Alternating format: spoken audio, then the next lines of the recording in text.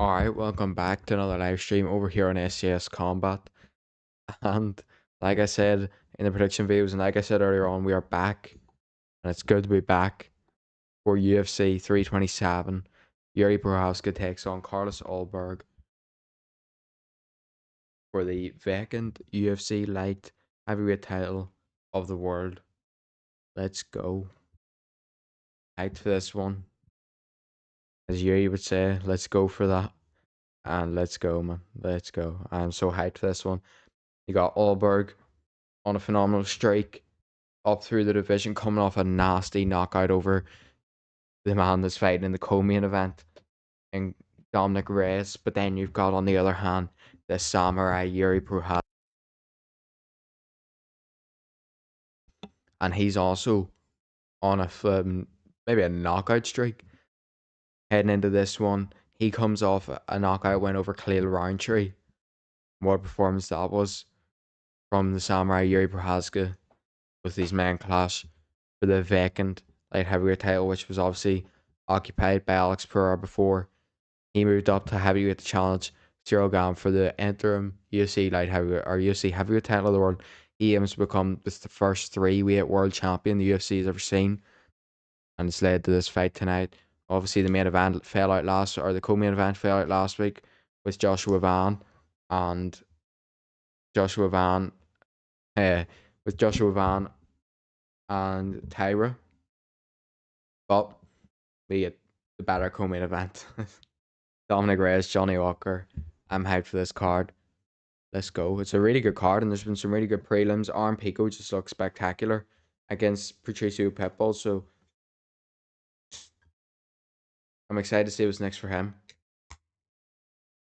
Because obviously he did look good in that Murphy fight, but then he got KO'd, so couldn't really tell. But now I'm excited to see what's next for him.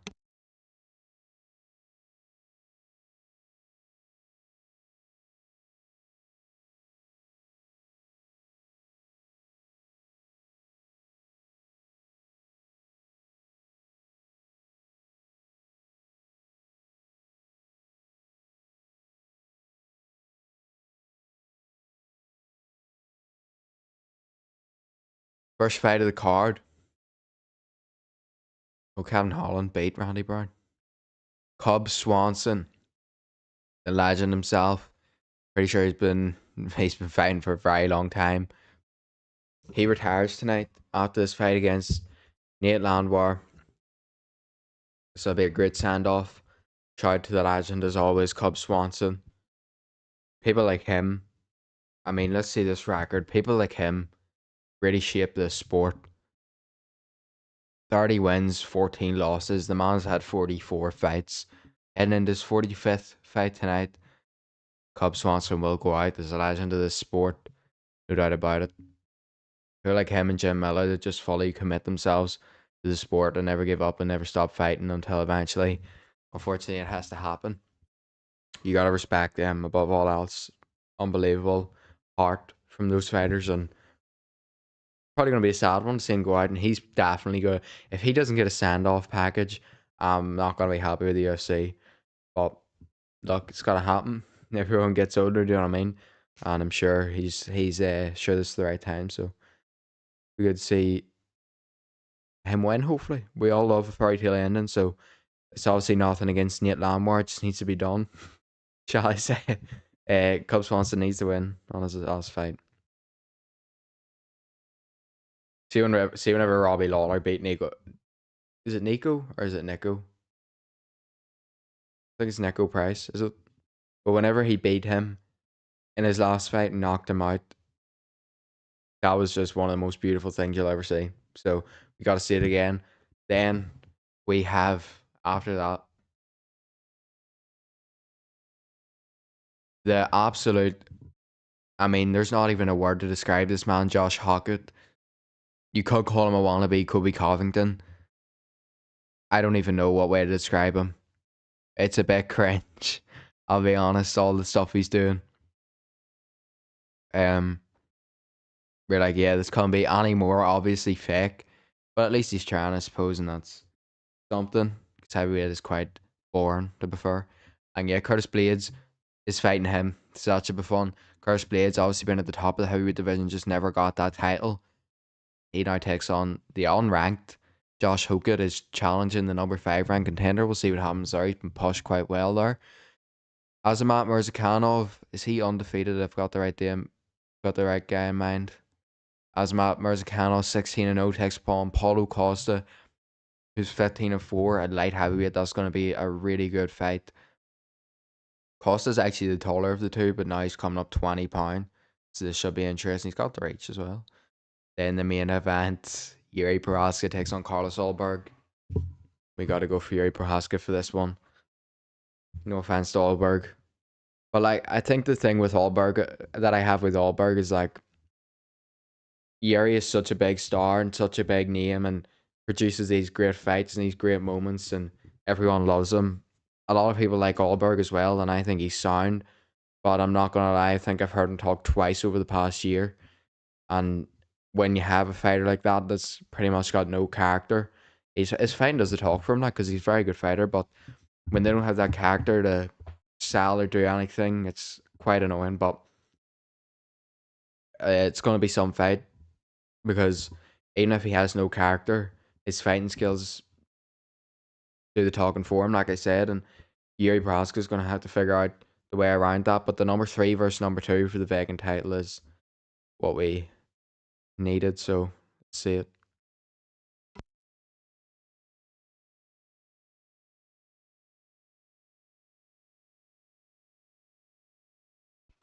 Did I miss this fight?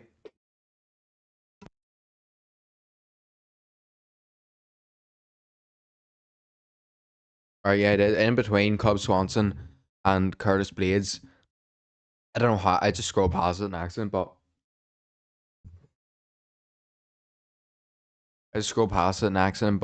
Dominic Reyes and Johnny Walker collide. Probably the highest chance of a double KO we have ever seen in UFC history. Both these men go to sleep on the regular, and it's not just at night time.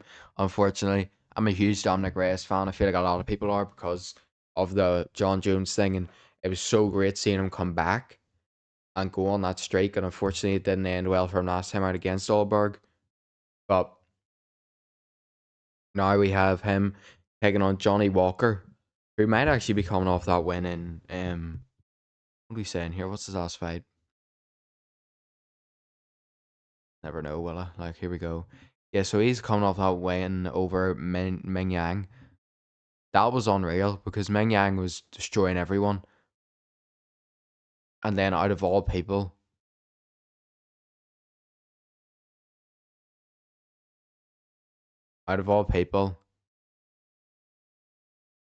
who everyone thought he would have KO'd, Johnny Walker is the one that puts him to sleep. And how about that? Because that is crazy.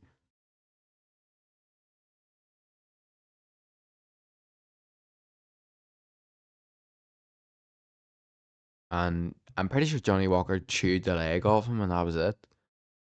So let's see what he. I mean, like, if we got a double KO, that'd be crazy. Imagine. Reyes is southpaw, Johnny Walker orthodox.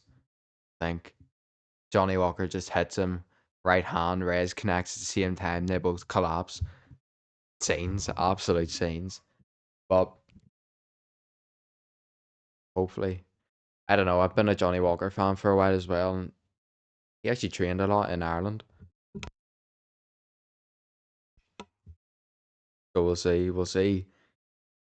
He's had some like. I remember the video of him standing in the streets of Vegas, a load of people around him and all, just standing there in his fight gear because apparently he got kicked out straight after the fight. Like, he's had some funny moments. Obviously, he's been knocked out in so many strange ways as well. Let's be honest here. No disrespect to these two. There's Dustin Poirier and this Albert. Shout out to him. And yeah, it's like the Jamal Hill knockout where it's almost like a Tom and Jerry style fall. But it's gonna be interesting to see, man. I really don't know. That's a tough pick because you got to think if Reyes connects for. If you were gonna say who could probably take a punch better, I would take Reyes. Or not, but who could punch harder? I mean, I would take Reyes, but we gotta see. I mean, that Krylov knockout from Reyes was just beautiful. Beautiful, beautiful. Straight. I mean, it was almost reminiscent, recreated the Conor McGregor Jose Aldo knockout. Beautiful. Like I said, Blades versus Huggett. I'm going to take Curtis Blades in that one. I'm going to take Azamat Murzakanov, and I'm going to take Yuri Prochazka, which I already predicted. Earlier on the card, though, hold on now because this website is spectacular. Just trying to get this thing without glitching. The UFC website. Charles Rodake wins against Francisco Prado. Good win for him. Calvin Gastelum loses via first round submission to Vicente Luque.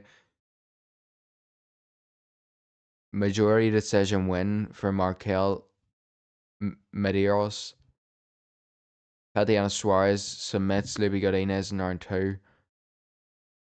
Gamrot submits Esteban Ribovics in round 1, or in round 2, sorry. Calvin Hong defeats Randy Brown via unanimous decision, and CM4 Aaron Pico as he beat Patricio Pitbull. Probably the best one of his career. So his boxing looks so spectacular in the other night, and I think that he really should do well as long as he can be disciplined and control that aggression. Should do very well. And you look, even before he got knocked out against Lerone Murphy, who was just in the title eliminator, like he was doing so well and hurting Murphy to the body and all. His boxing so nice, and obviously he just got too over energetic, over eager, and ran in and got spin elbowed, and that's what happened there. But you gotta love it. You gotta love it to see him come back. I mean, and put on such a great display against such a good fighter in Pitbull.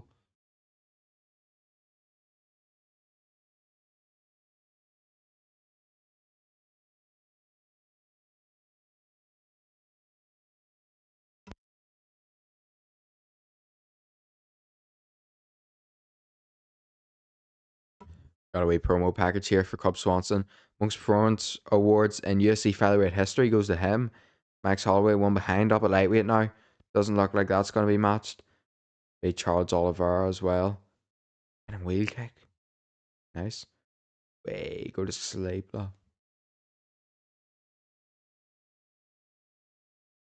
Some great highlights here. He's the favourite going into this one as well. And look, Michael Chiesa was able to get the fairy tale ending last week or the week before. Hopefully Cub Swanson can do the same tonight.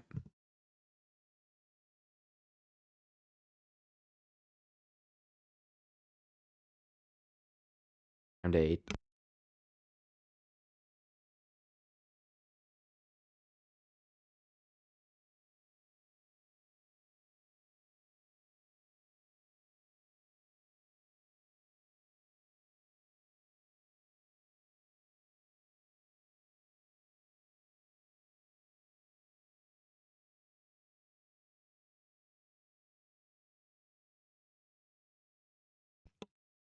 I feel like for Landwehr, whenever they were showing his 18-7 record, they could have just put all the finishes that he has combined instead of saying they had 3 first round ones when he's 18 wins.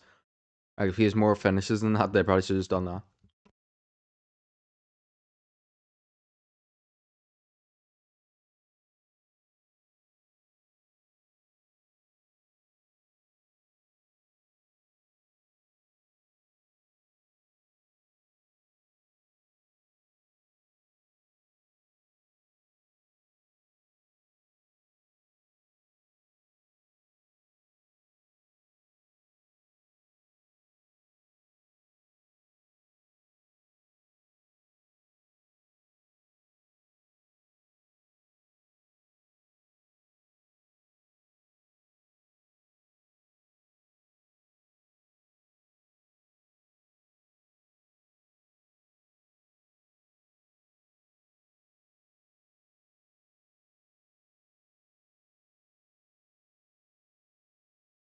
Alright, so a brief break there.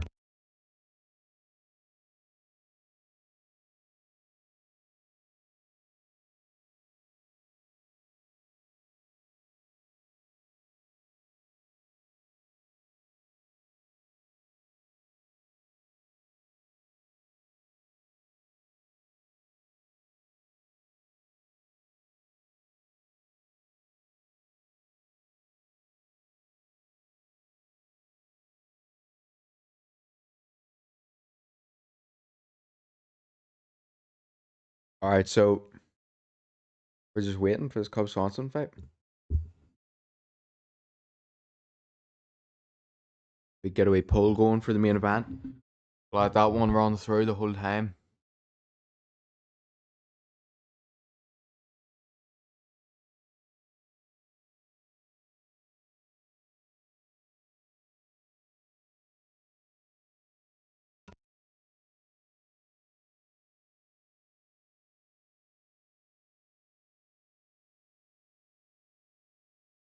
Who have you got in the main event? Yuri Prochazka, Carlos Ulberg. What are we saying? This is the sign the walkout for the first fight of the night is about to happen because when you know when you see Megan O'Leary standing in that corridor for the fighters to walk out of, someone's about to come running out from behind. So let's see who it is. Gotta be Landwehr probably. Yeah, there he is.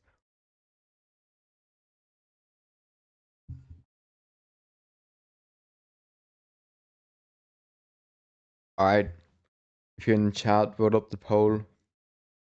Tell me who you got. I've got Yuri Prohaska to take home the light heavyweight title once again and get that title back after having to drop it due to an injury.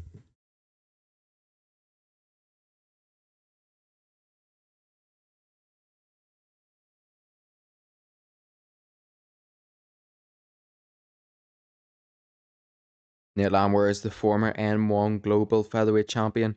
Fifth has significant strike rate among active UFC featherweights at 5.63 per minute, and he has 9 wins by knockout. So half wins by knockout, 50% knockout ratio.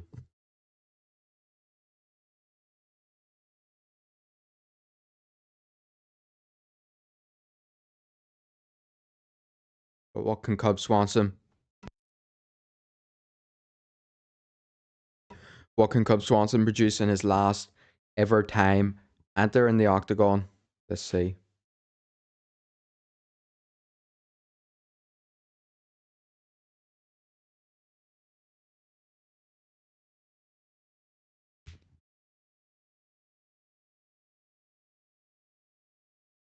Nate Landwehr is locked, ready to go. Almost walked into the cameraman there. In the zone.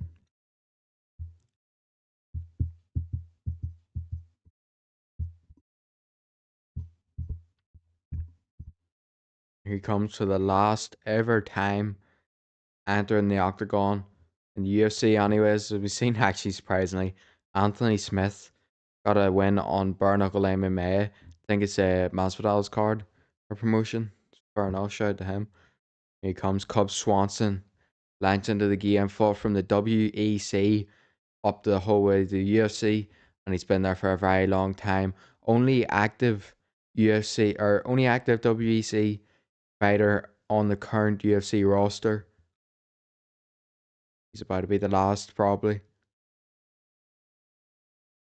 as he stops up that team for the final time.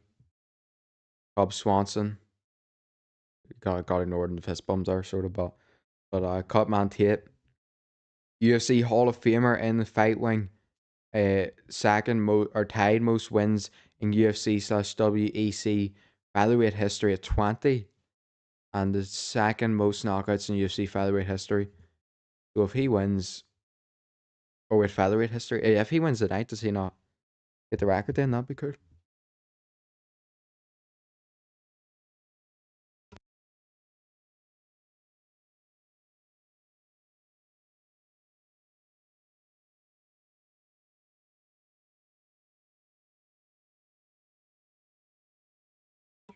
And he salutes as he gets into the octagon.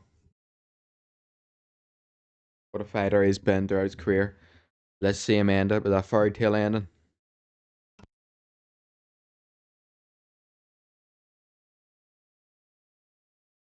Let's go. What are we saying tonight, man?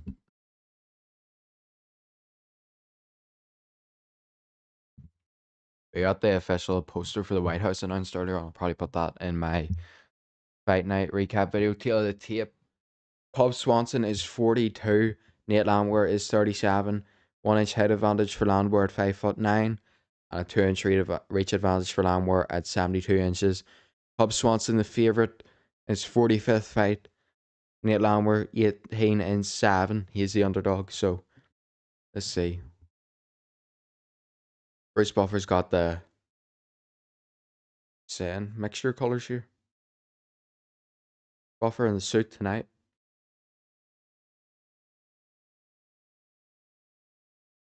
Crazy to see him and Michael Buffer still going at it. Then obviously we've seen Michael Buffer in the boxing side earlier on at the Fury McMurdo fight, so crazy to see him, man. Fair play to him.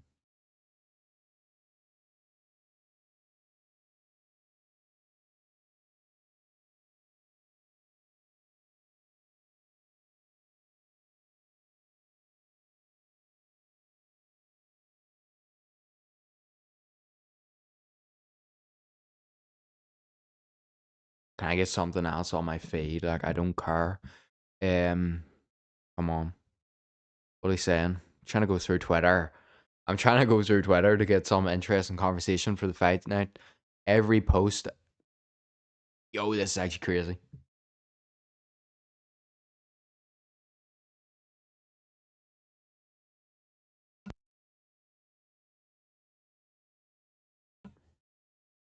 Cub Swanson. Here we go. You got some guy, the UFC with a beard. Okay. Herb Dean, the referee for this one. Pico is cool. Let's stop the hate gimmick. Alright.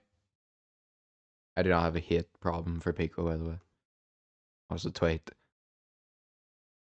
Round 1 underway. Let's see it. The final time of his career. Cub Swanson. Can he get that KO finish? That dream finish? Looking loose here already. Being missed is a little kick.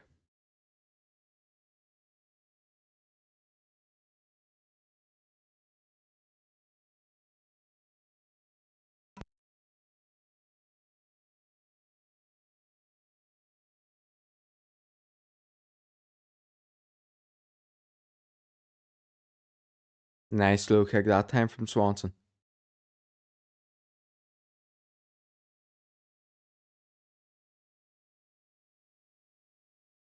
Lammer looks way bigger. There's a low kick again from Cub Swanson.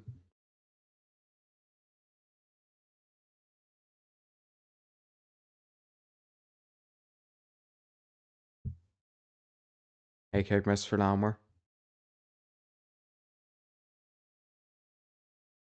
Nothing much thrown yet from Lammer. He missed the 2-1 there.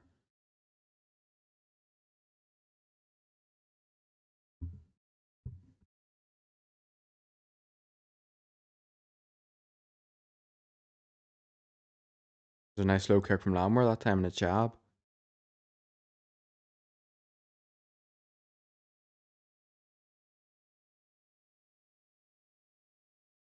Swanson trying to close the range here.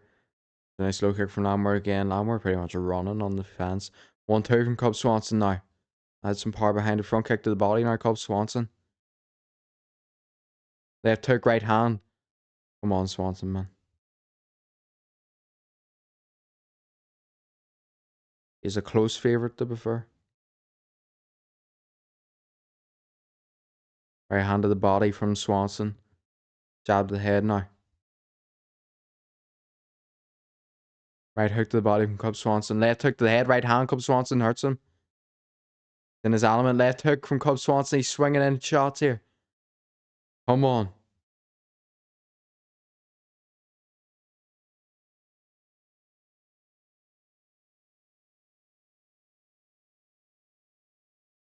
The right hook from Cub Swanson trips up Landwehr. Oh, what a straight left from Cub Swanson. Leg kick now. Left hook, right hand from Cub Swanson. He's feeling himself tonight.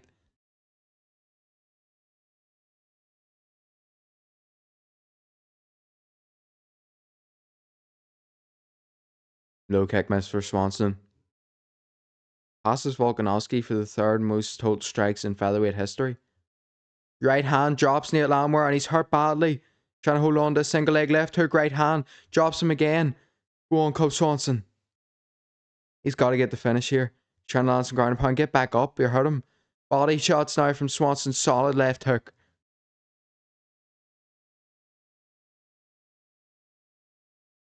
Put him away here. Come on.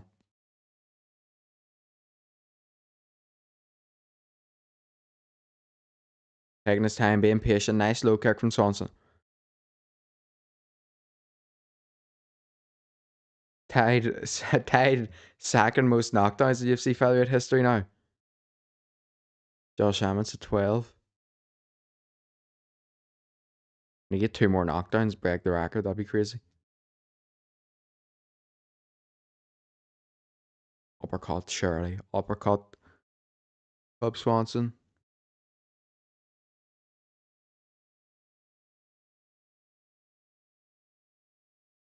Right hand, Swanson drops him again. Asks him to get up, hits him with an uppercut. Herb Dean steps in. Yeah, it's good. He's wrestling Herb Dean at the moment. Can't stand. Cub Swanson gets the knockout victory in the last fight of his UFC career. What a moment.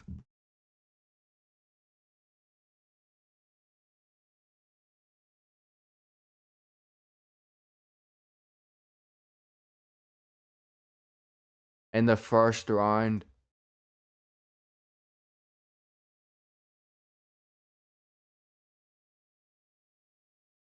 What a moment for Cub Swanson.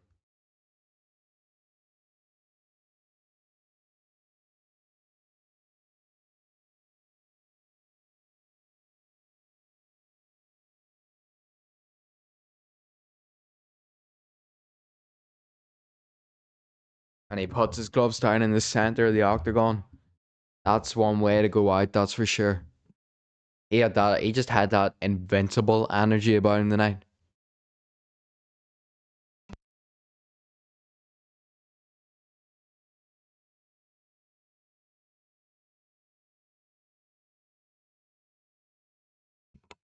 And got Lamar out of there. Shout out to Lamar, by the way.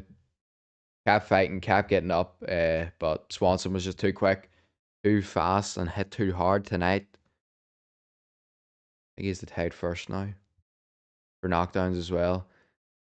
Come down twice. Then what did he get him with in the end? Right hand puts him over. Cub Swanson kind of says, yeah, get up.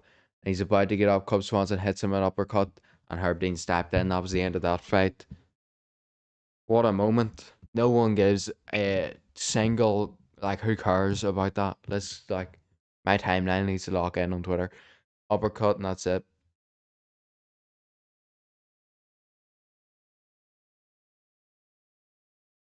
Nah, bro, I couldn't care less. Seen that exchange early on between Fury and Joshua, but that was crazy. All right. Cub Swanson for the final time to get his hand raised. What a fighter. And the last remaining active UFC, WEC long fighter goes out with a first round KO. How about that?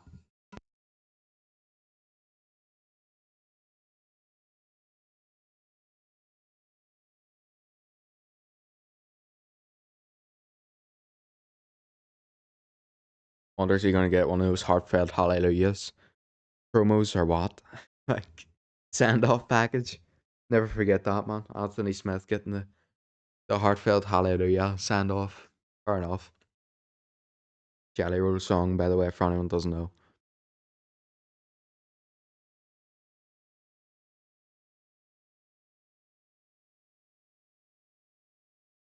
Cub Swanson.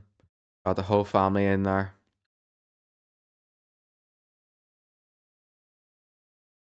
The final time of his career. Let me hear this actually. On a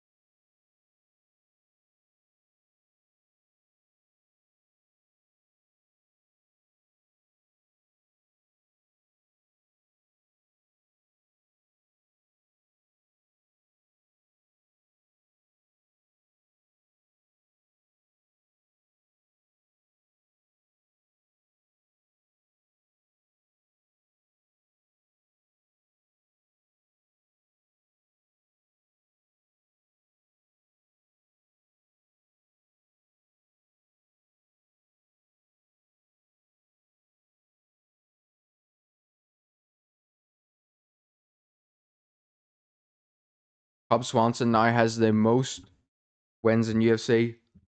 That's WEC featherweight history.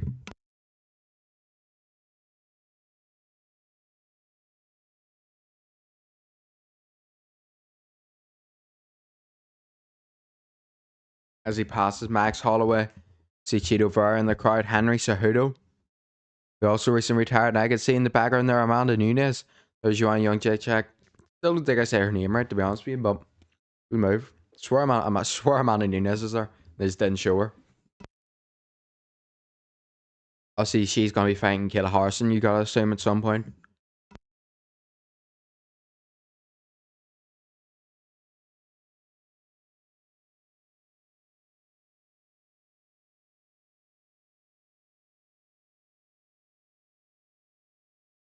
Great to see Cub Swanson get that win, though.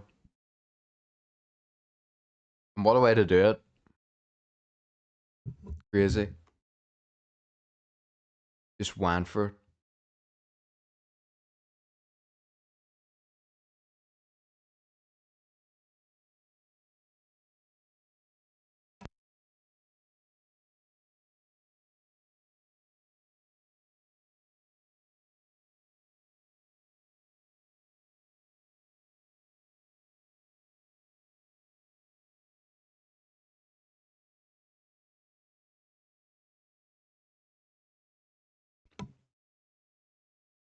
Now we move. Johnny Walker takes on Dominic Reyes. Oh, this is going to be elite.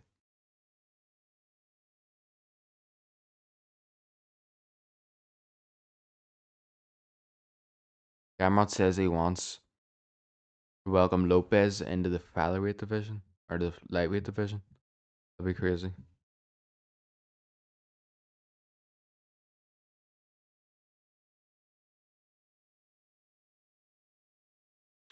What are we saying in here tonight, man?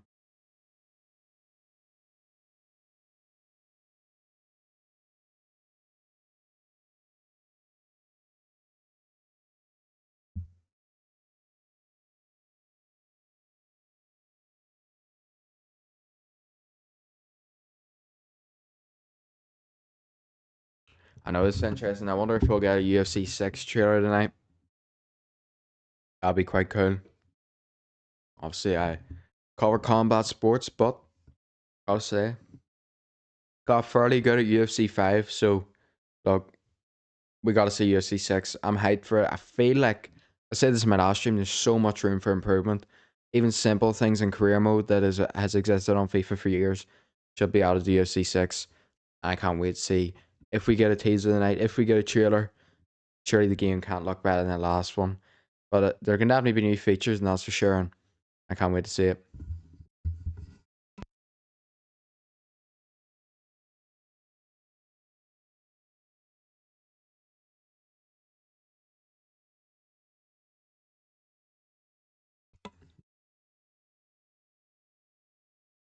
For Miami tonight, the poster is elite for this event, by the way.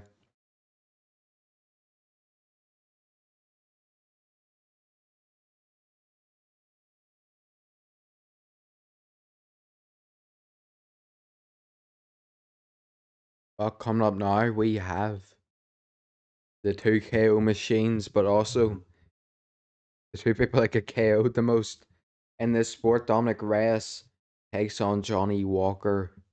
What a fight that is set to be.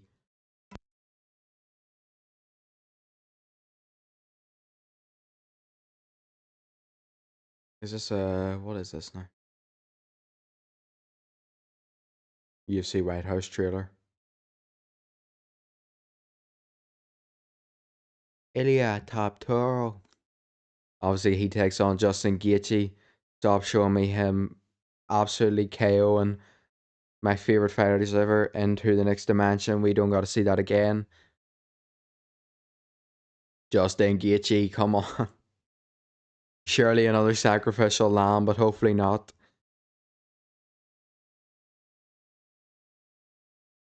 Poatan, Alex Pereira. They took Coach Jamal Hill. What are they going to show for CL Gans? Highlight him hitting in the back of the head and poking Tom Aspinall in the eye. They're going to show him jabbing Aspinall, probably. Oh, she did. Nice.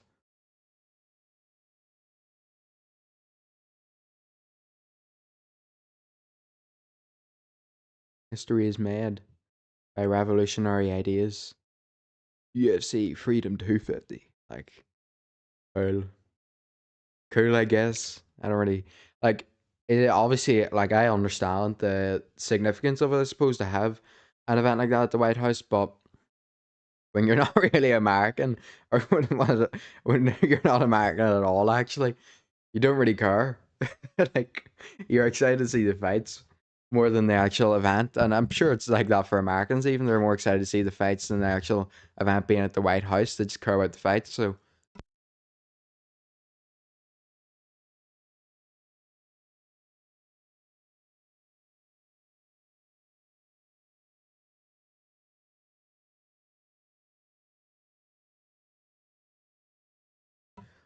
oh, it's on a Sunday, man. What is that about? Like,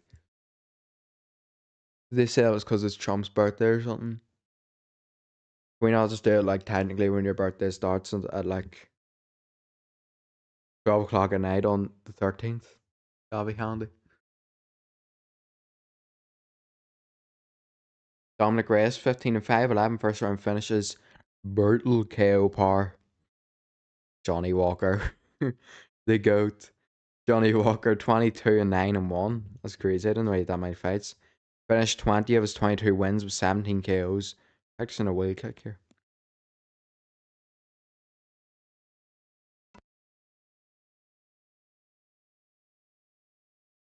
But I think that is like, that's probably like a weird thing. I suppose not, because I'm not American. So whenever you're like, but then it's true both ways because obviously if they'd have just went and put two unranked, like if they put Chris Barnett, I know he's been gone from the UFC now. They just put some unranked random heavyweights in the main event and done an Apex card at the White House. People would not have been happy, and they're not even happy what we got now. So it is the fights more than the actual event and where it is that people care about.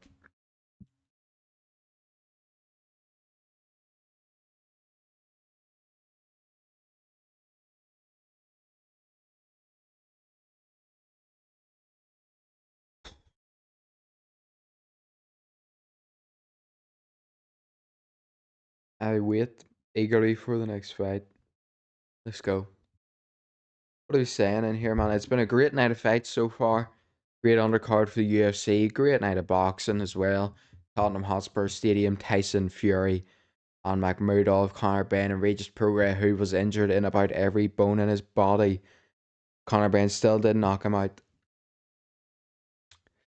Very interesting change to the power of Conor Benn ever since we all know, but ever since a couple of years ago. You know what I mean? Must have took you know, must have took an egg or two out of a scrambled egg to make 147, and now he's not hitting the same. But let's see it. Let's see him fight a world champion. Let's see how it goes.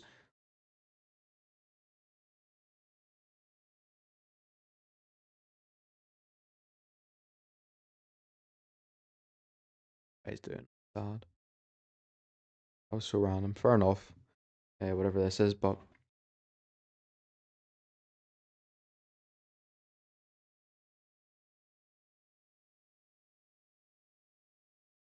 if we want to be honest here, this is what I mean because Ben, uh, like I don't have some agenda against him, but Ben literally tested positive. We all know some weird stuff happened. They got this excuse. Eddie Hearn got him out of it, and now he's back, but he's fighting. He's fighting the same people, the same old former world champions, and he's not looking as well, or he's looking pretty good. He's looking improved boxing skill wise. I'll give him credit there, but the power isn't there, and that's just interesting. Let's be honest. You can't go from absolutely colding people, then the steroid thing happens, and allegedly around that whole situation, by the way, because I still don't know what way that stands, and then you come back and you can't. He's landed powerful shots and he's stunned people and he dropped Eubank, but let's be honest. strong enough gust of wind would have blew Eubank down in that second fight. Extremely dehydrated and drained. Then he couldn't put Prograde down again. He hurt him, but he couldn't put him down again. So he hurt him, but he couldn't put him down at all in that fight. And you gotta question it. You gotta question it. So we'll see.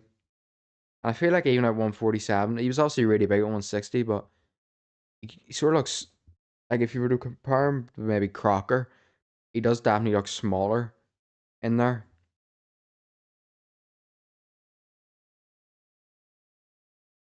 So probably he probably looks smaller compared to the champions.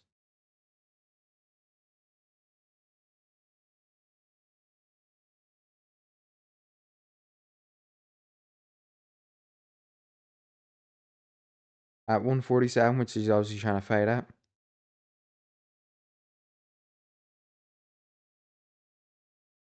Johnny Walker making his way to the octagon right now.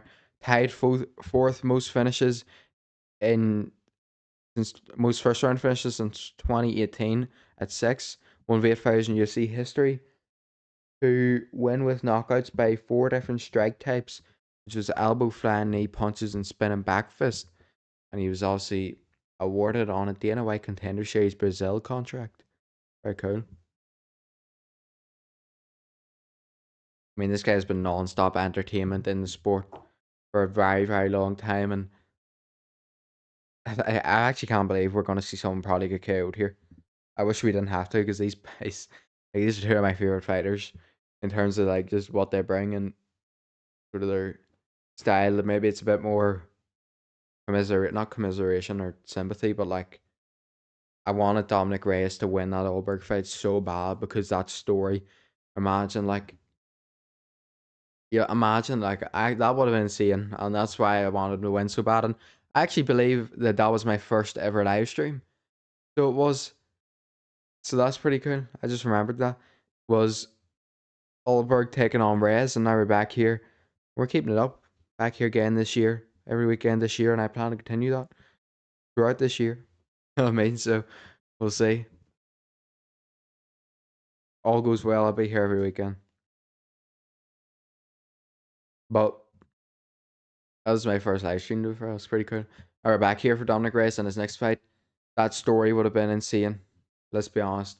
To see him go from losing that John Jones fight to looking unreal to losing to John Jones, being robbed, then losing streak, getting knocked out a load, leaving the UFC, then coming back, then he gets the win, then he gets another knockout and another knockout, and then he's in the title eliminator and he knocks out Allberg in an alternative universe, and then he fights Yuri Prochazka in the main event tonight.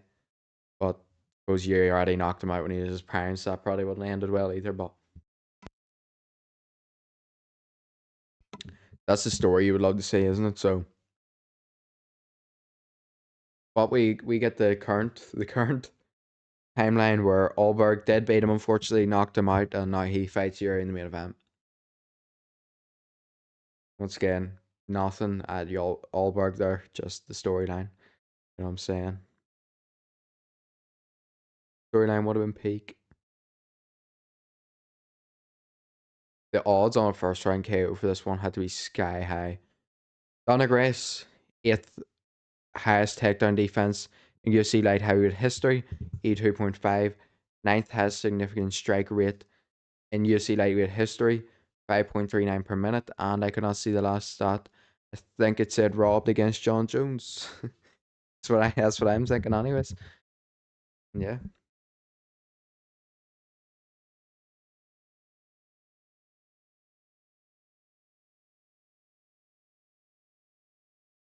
gotta make sure no one enters the octagon with a weapon on them or something like that'd be strange. 2 hands and 2 legs, that's the only weapons they should need, you know what I mean? There's definitely like some people, definitely someone will do that, like didn't if they didn't get checked, like. You see, this is crazy. This would have been a good video, but do you see that Kobe Collington is suing civil case against Jorge Masvidal for damages for when Masvidal jumped him after all that talk he did? Dominic Reyes is 36, 2 years older than Johnny Walker, 34. Johnny Walker at 6'6" with a 2-inch height advantage. and a 5 inch reach advantage to Johnny Walker at 82 inches. Dominic Reyes 77. 15-5 for Reyes and 22 and 9 and 1 for Johnny Walker. Dominic Reyes is the slight favourite for this bout tonight. How about that? Feel like I did that well. I'm gonna lie.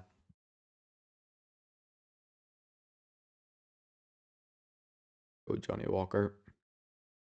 Like I said, 22 and 9 and 1, 6'6", coming in at 205 pound, fighting out of Las Vegas, Nevada. Here comes the underdog, Johnny Walker. 3 and 1 as an underdog. His chance to put that record positive tonight. Reyes, you gotta land first, bro. Do not do any of that jumping in with your hands down stuff either. Man standing across from him. Dominic Reyes, 15 and 5, 6'4", 205 pound. Fighting out of Victorville, California. -170 favourite. He's 7 and 3 is a UFC favourite. Let's go. Number 10 ranked UFC light heavyweight contender. Is called the Dominator as well, something like that. Can't read that writing in the background, to be honest. The Devastator, is it? Referee for this one, Kevin McDonald. I believe the first referee I've ever seen rocking a mullet.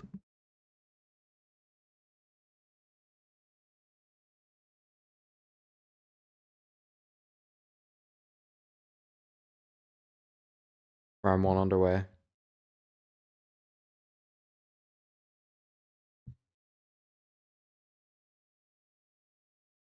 I believe I have the perfectly timed round timer here, I'm not gonna lie. I got it, let's go. Maybe not, it's up by a second. Head kick by Reyes anyways. Round 1 underway. Reyes can definitely win this, like. Johnny Walker is big. 6'6" is crazy, man.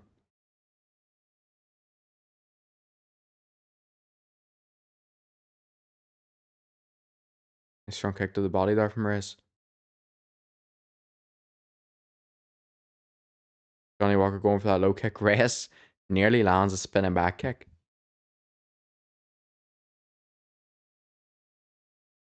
Front kick blocked by Reyes. That inside low kick now for Walker. Gonna be using that all the time now after what happened in that last fight. Nice strong kick to the body from Dominic Reyes. Wonder Boy saying his money's on someone going to sleep. Who's with him? I agree with that. There's a right hand or left that just misses for Dominic Reyes. Wonder Boy, by the way, what a fighter he was. I don't know if he still fights or not. Think he is. Think he's still active. Obviously, he just hasn't fought in a while.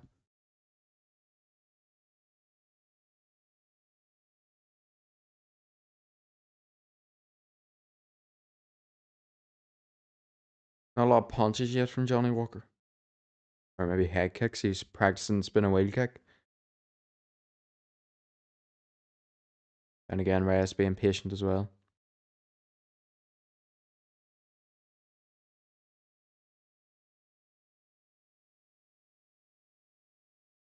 Front kick to the body from Reyes.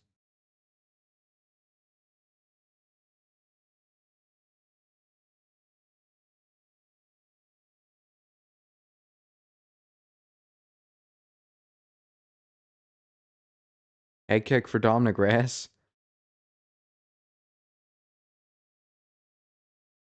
They have took them just about missed for Dominic Reyes. Leaped in with that one. Needs to watch. Doesn't get called that straight right with Johnny Walker.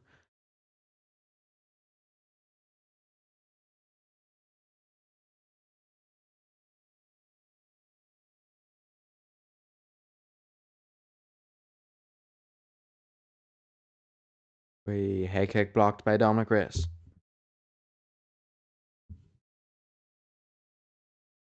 He's a watch of that one.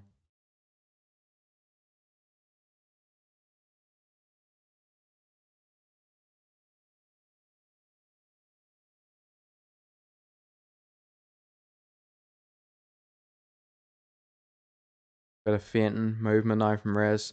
Walker's still going for that low kick. Walker should throw like it's 720 spin a wheel kick or something. Like, just see it. Honestly, like you really want to get the performance bonus? Or spy to knock someone out with a spin a wheel kick here.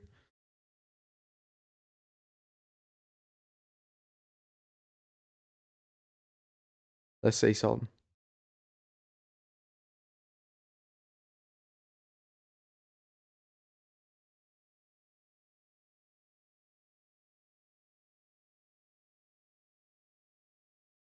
There's a right hand or a straight left. Dominic Reyes. That might be the first punch that's landed on someone's head in this fight, and we're 4 minutes in. Walker actually fighting very patient. It was Reyes who just misses that one. Front kick to the body now for Reyes.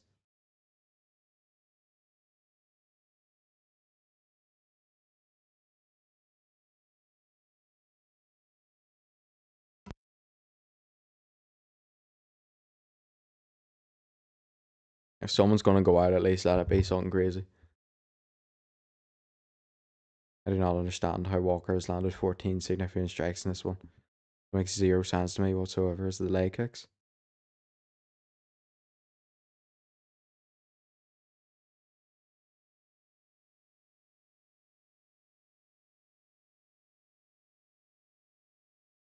With that leg kick again. Ooh. And he gets through there, Johnny Walker. Are they both going to make it out of round one? Johnny Walker put on pressure now. Baiting. Reyes was about to throw some mad kick. But they both make it out of round one, which is interesting.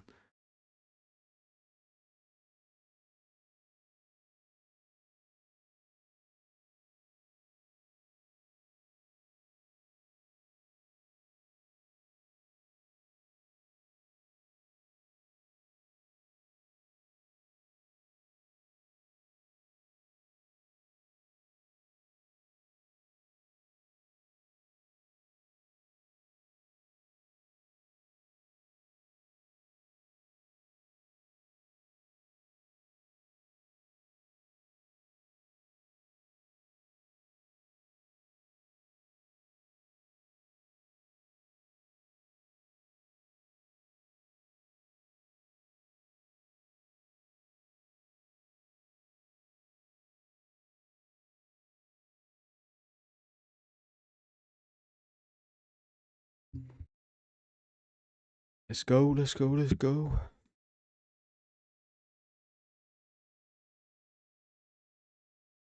Round two underway. Let's go. As always, the reliable voice of Dane Thomas, always in that corner. Always see him there. Shout out to him.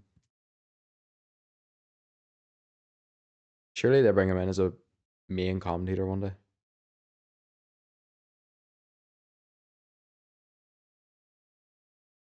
A kick miss for Walker.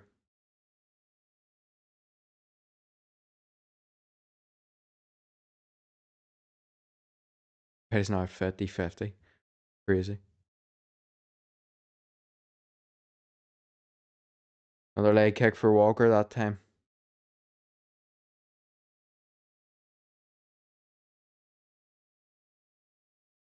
Nice front kick to the body from Dominic Reyes.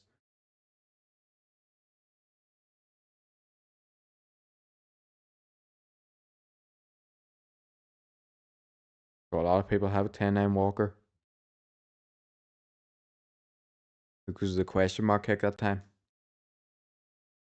Reyes blocks it though. I'd say low kick again for Walker. Johnny Walker's turned into like heavyweight Lerone Murphy in this fight. Patient.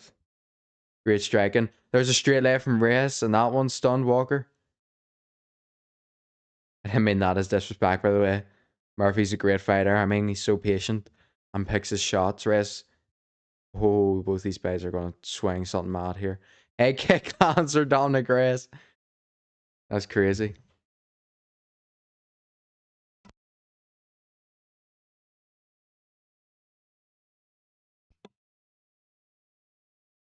Yeah, man. Obviously, he's way more patient. Picking his shots. Shout out to Laura Murphy. Been a wheel kick for Reyes. As that prediction comes through, what I said.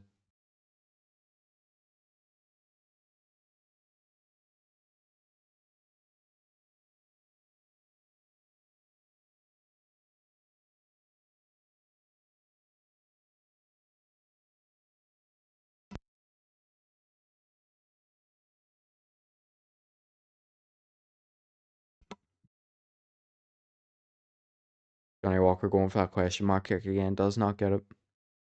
Nice on that low kick again and goes for it again.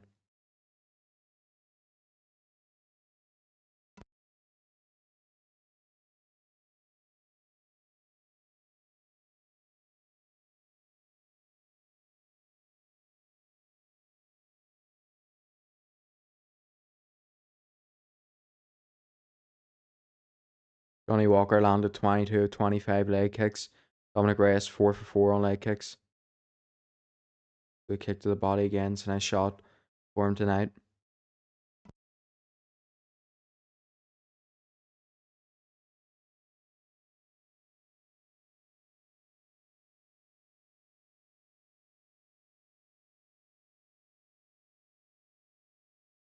They're both swinging left hooks that time.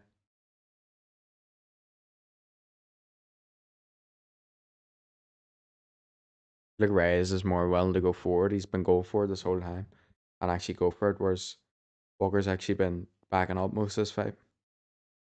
What was that question mark a lot? Now he's on the front foot now. Let's see what he can do. There's a huge left hand from Dominic Reyes. No way. Imagine they both developed titanium chins. Can't be knocked out.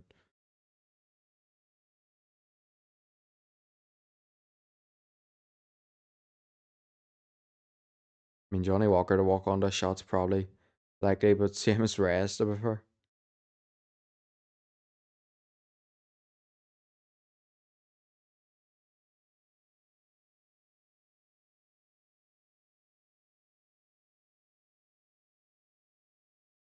High kick blocked by Reyes. Johnny Walker shooting the takedown here. Got those hands locked. As we know, though, from the stat that I read out at the start for the fight come on, Reyes' takedown defense is very good, and he hits Johnny Walker with an elbow to break the clinch after denying the takedown attempt.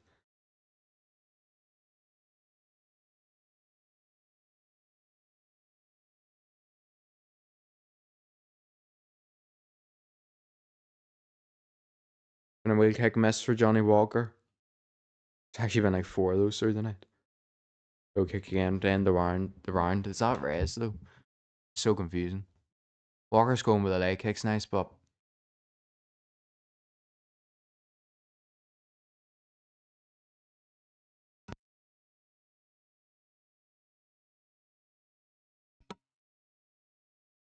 I give him that one to Reyes.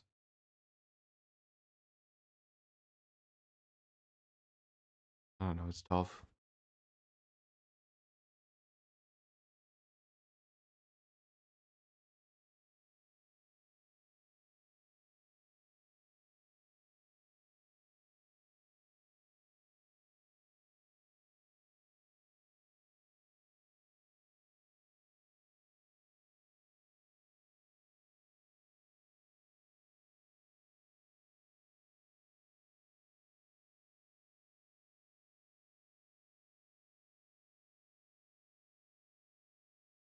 Alright.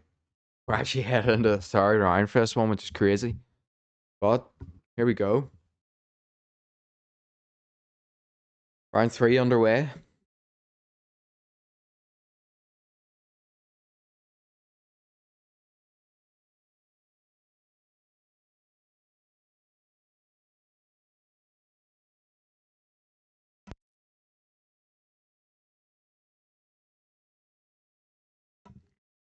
Been a wheel kick miss for Reyes again.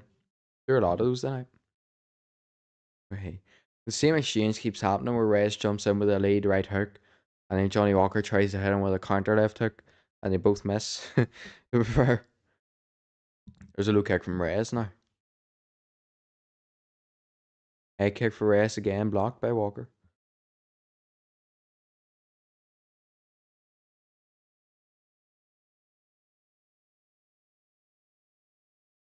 Stamney, Sutton spinning was about to come from rest there, but he didn't throw it. Head kick for Johnny Walker, right hand behind it, misses.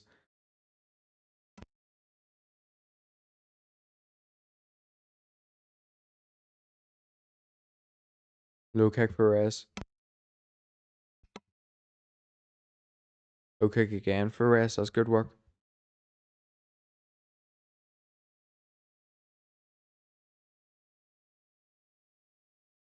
Head kick miss for Reyes. Sort of a stepping inside kick there. One kick to the body for Reyes.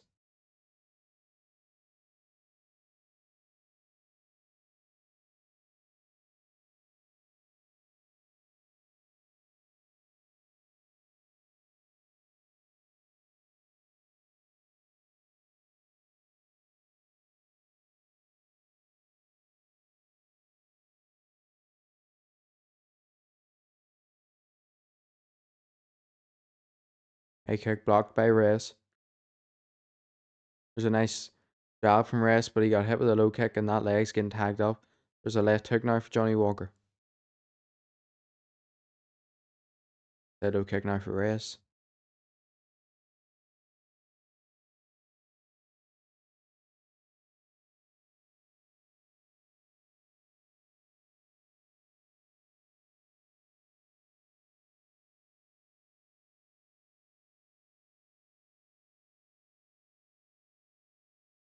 Not much happening in the third round anyways.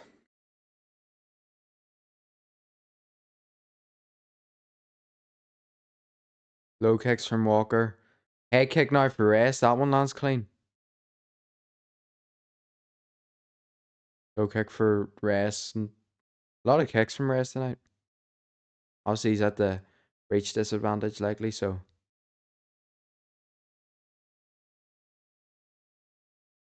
Or he's at the reach disadvantage, so using his legs is interesting. Smart.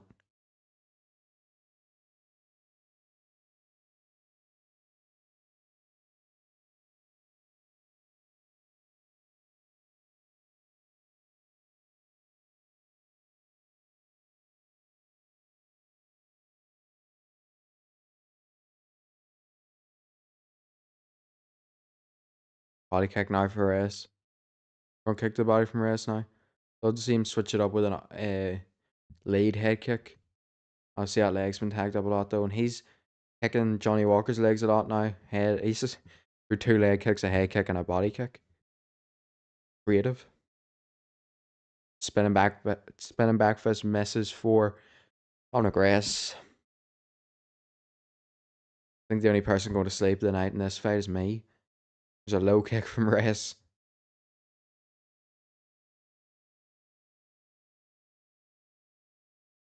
Dirty leg kicks for Walker.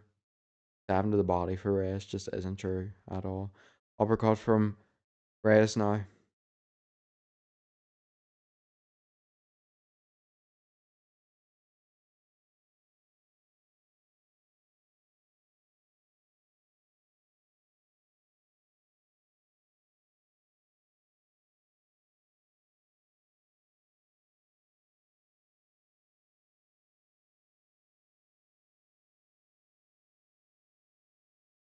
Come on, Reyes. Swinging overhand or something though.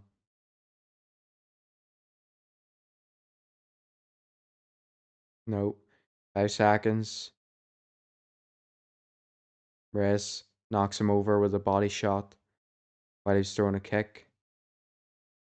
Nothing happened in that fight in the slightest. I feel like if not the Dominic Reyes, I'm not gonna lie. I have no clue. Literally zero at all. Anything, nothing. Zero happened in that fight.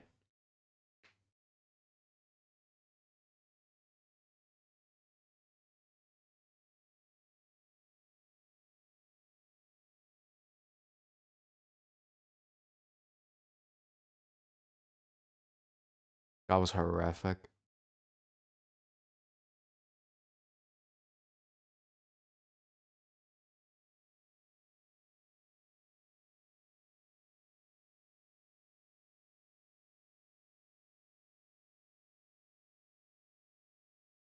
I'm giving that the rest. I don't care. The leg kicks, like, it is what it is. Why not?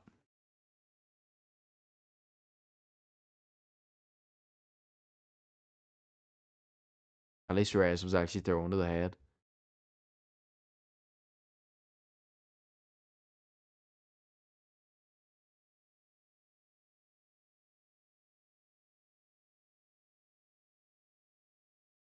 Who wins this one? Because it's probably Johnny Walker this year.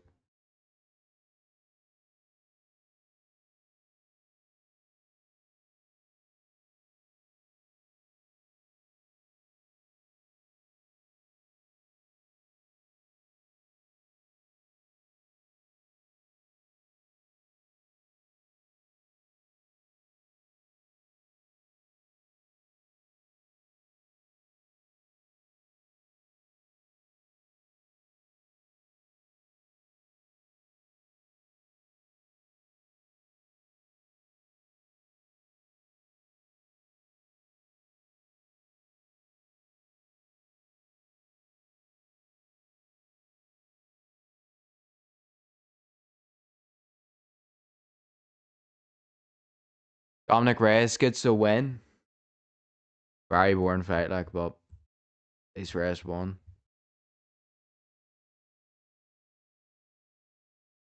29-28 split decision.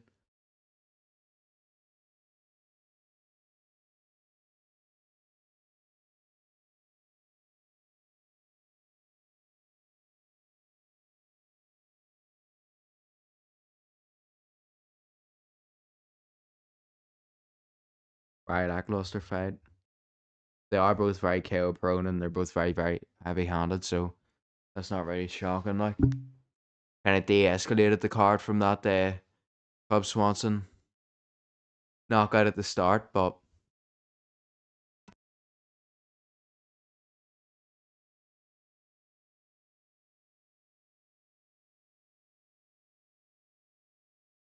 we got Curtis Blades taking on Josh Hockett coming up next.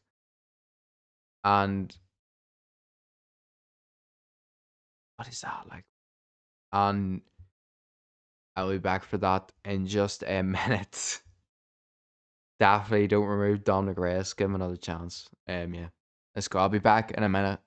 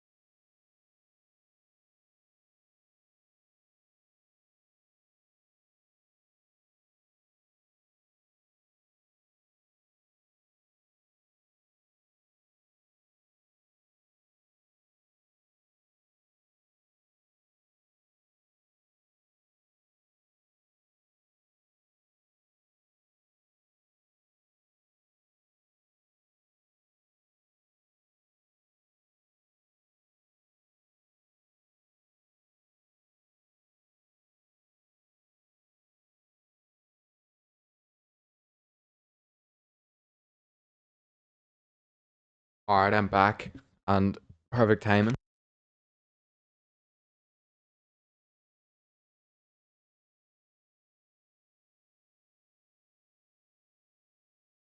I'm back and in perfect timing as Josh Hockett has just entered the octagon now. He's undefeated. He's finished all 8 wins, 5 knockouts, 3 submissions, and he got his contract on the Dana White Contender Series last year.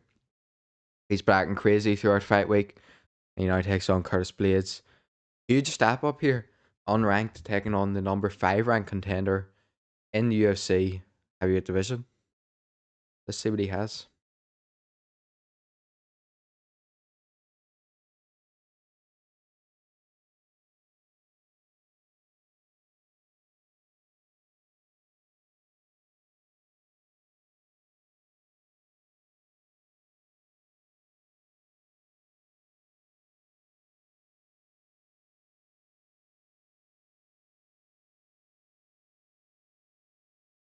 Beyond any crazy stuff. Get it into the octagon, doesn't look like it, but when Rodantic he'll pull out in the fight, he looks pretty calm and composed. Suppose you have to be super locked in and focused. You can't really be doing all that distracting stuff that he's been doing throughout fight week during the fight.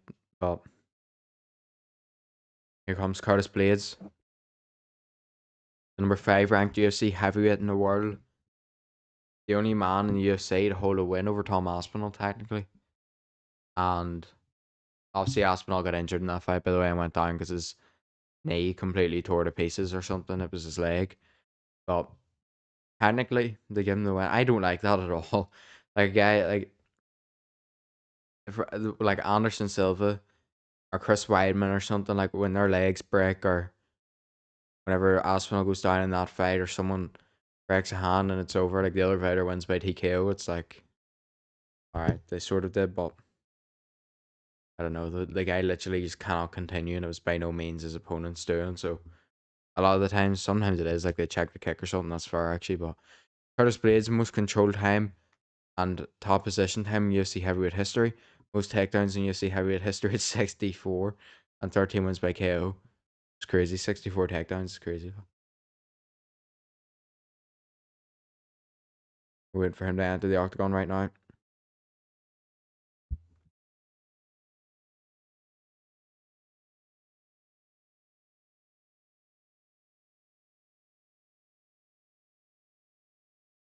Let's go.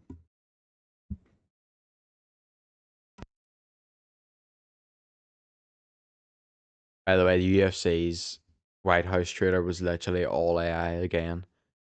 Like, actually put some effort in, lots. Crazy work, like.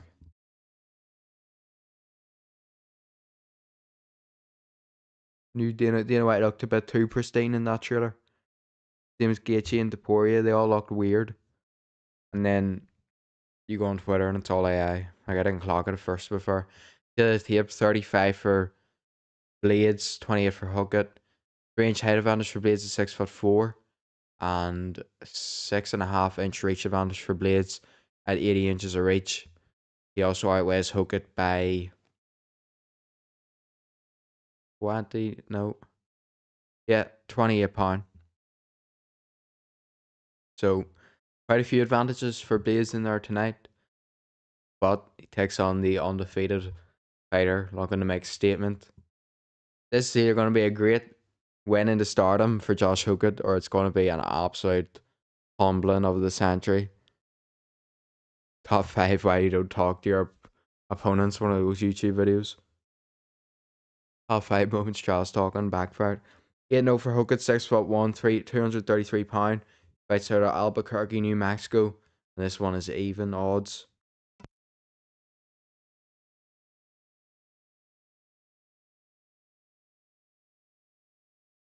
He walks over to Blades and gives him the middle finger right before the fight starts and laughs. This has him getting flatline KO'd, written all over it, I'm not gonna lie. Blades 19-5-1, won no contest, obviously. 6'4", 261 pounds. He fights out of Chicago, Illinois. And like I said, this one's a favorite. He's a number 5 ranked UFC heavyweight contender. Let's go.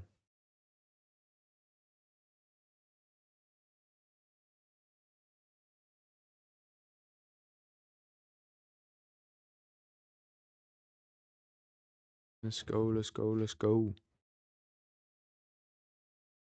Referee for this one tonight is Arbdane, as he's not doing anything in the middle. Okay.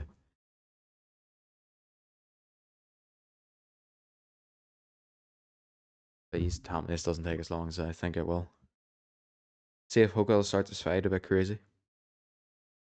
Round one underway, that looked perfect. Hoka walking straight forward.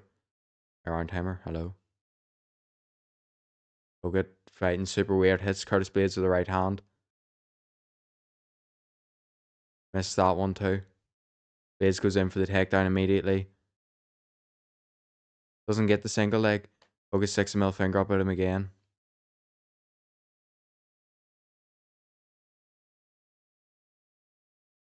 Overhand right miss for Blades. There's a nice shot for Blades. Oh, down goes Blades with the right hand. Blades is hurt. Hogan's shooting in the overhands like mantle. Hooks now. Blades is really hurt. Needs that takedown his right hand from Blades now. But he's hurt. Needs to work that jab. He's such a long reach. He shouldn't be trading overhands like this. Hogan's wobbly now. Work that jab. Blades such a long reach. Like just letting himself get walked down. Actually stupid. Another right hand. Blades going to go down again. Doesn't get that takedown. He's hurt. Hogan's sticking the middle finger up. He's landing shots so well, to be honest. Blades isn't giving him anything back. It's a war.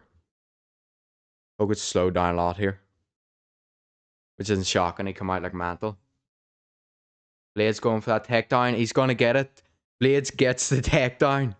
Wow, he needed that. Hogan's going to stand up though. Blades has got to keep this body lock going. He's got a lot of damage done to his face already as well. Bit of cage grabbing for Hogan. Going for the trip on Blades. Nearly gets it, but Blades near takes him down. Gonna hold him here to recover, isn't he? Back of the head shot from Blades there. Some clinch shots. Hogan looked gassed though before this clinch initiated. His punches looked like they were zapped. Holy shit, he's tired. He's tired. Double leg takedown for Blades now.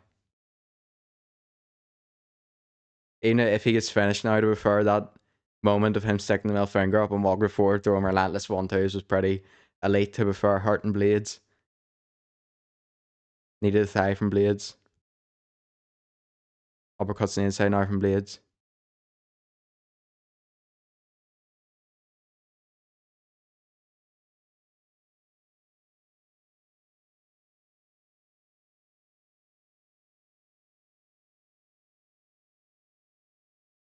Blades on the single leg now. Hogan has finally turned himself around though and got Blades off his back. Surely Blades throws an elbow here on the clinch. Uppercut, left hook now. 1-2 for Blades. Right hand again for Blades. Hogan is so tired. He's still taking the middle finger up, but he's actually gassed. Jab for Blades. Jab again for Blades. Blades walking him down now. He's hurt. What's he doing? He's just running. Overhand now for Hogan. 1-2 now for Blades. Pouring on the hooks and the uppercuts. Hogan's surely hurt here. Huge shots coming in from Curtis Blades. Actually did wobble him this time. Right hand for Blades. Uppercut now for Blades. Hogan seems out in his feet. Uppercut, right hand, left hook, uppercut. Right hand from Blades. Uppercuts again on the inside from Blades. Surely he throws an elbow here. Uppercut again for Blades. Right hand for Blades. Huge combination of Curtis Blades. Hogan's still firing back though. Elbow now, elbow again. This is crazy. These guys are both, if this goes to round 2, these guys are both going to be throwing nothing. 53. 53 significant strikes for Blades, 31 for Hogan. Minute left to go in this round. Everyone's clapping. They're finally taking a bit of a break here in the clinch. Surely Blades' elbows on this separation, like.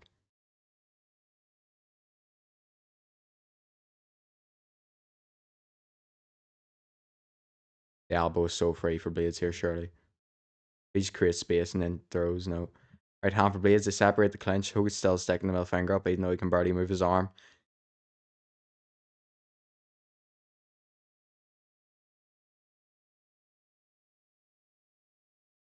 Hogan spits his mouthpiece out. Not going to get him far. He's not going to get him a break like a one boxing. Huge elbow from Blades. Could end up giving him a few missing teeth though. Probably not a great idea. Hogan's still sticking the middle finger up. You do it the first few times, it's funny. You do it 15 times after, you're like, okay, buddy. Like, Blades gets that round.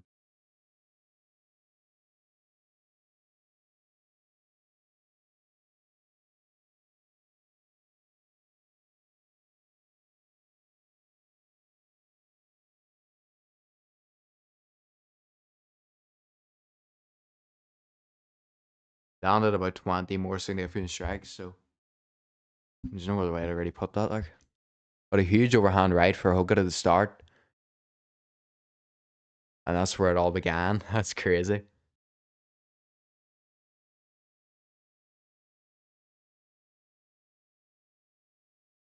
Then Blades had Hookit running. I love the way they're only showing Hookit highlights, even though he got hit with about a 15 punch combination and was nearly out cold on his feet. Like, can we show that? It's a huge barrage of shots from Curtis Blades. Round two is about to get underway now. Let's go, round two underway.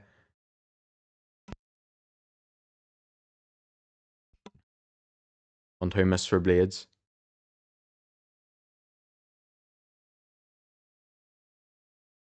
Blades needs to use his jab. Like, he's got a 7-inch reach advantage. Like, overhand right again for Hookit. Finally got some gas back in that tank.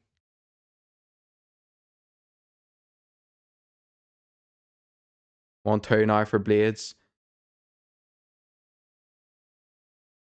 Blades goes for the double leg, doesn't get it. Great takedown defense there from Hookit. Picking up the middle finger for the 50th time. 1-2. Blades forgetting what a jab is once again. Class. There we go, he throws it. There's a nice jab from Blades.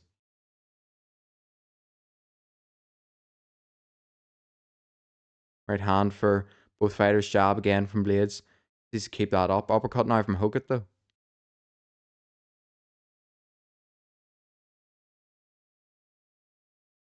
Good uppercut there from Blades on the inside. Good right hand though for Hookit. Jab for Hookit. 1-2 now. These guys are both so gassed. Hookit's throwing in some huge uppercuts now in the clinch. Blades holding on.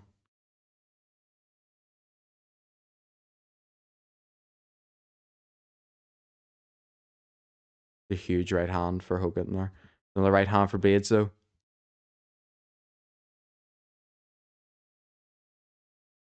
Overhand for Hogan. Knee in the clinch now from Hogan. That's a good shot.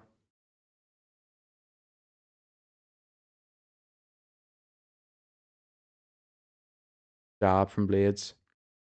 And again. Needs to keep that up realistically. Like, get out of southpaw if he's not a southpaw.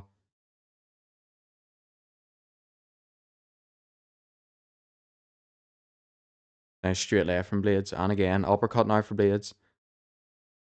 Uppercut on the inside for Blades. Gotta throw an elbow like. Uppercut on the inside from Hogan. Uppercut on the inside from Blades. Someone gonna throw the knee to the head here or what?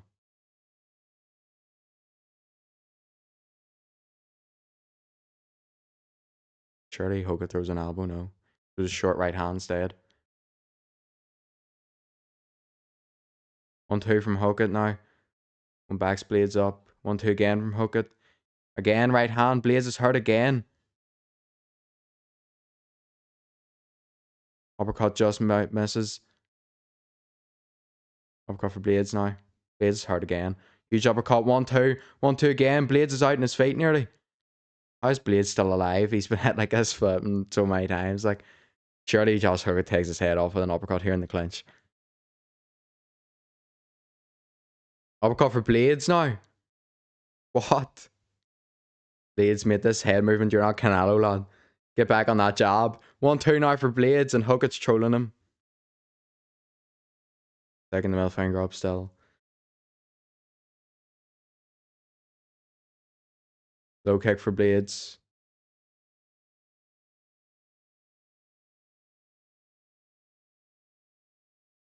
60 significant strikes combined again this round. Nearly 100 in the last round.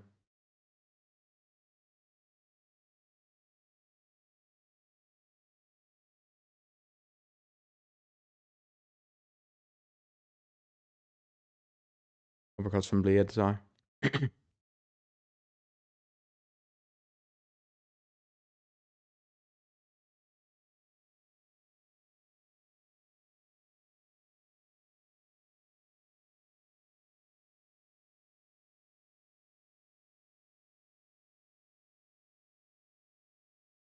Oh, huge knee for Hookit.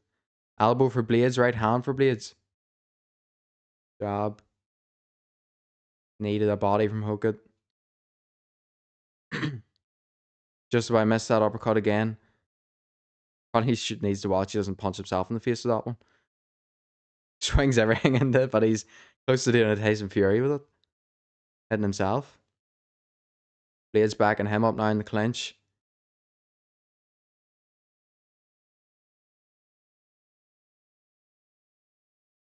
Huge right hand for Hookit again. Huge right hand for Blades now. Overhand. Oh, please knock this guy flat out cold. Like I feel like he's doing well in this fight. Obviously, he's doing well. It's 1 each. He won that round. But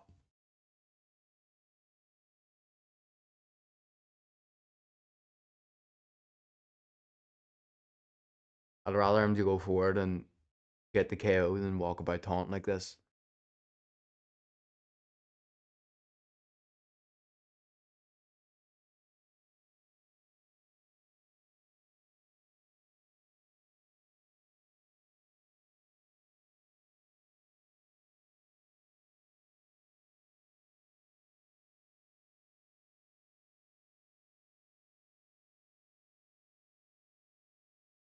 Nearly put out the wrong tweet there. Nearly said that was Blades' round. Blades was actually pretty much unconscious on his feet at one point there. And he comes firing back. Oh, good axe all hurt and all. I hope he's flatlined for that. It's actually annoying me now.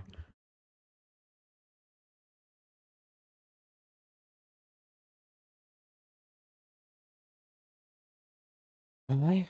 Here we go. Round 3 about to get underway. Let's go. Round 3 underway.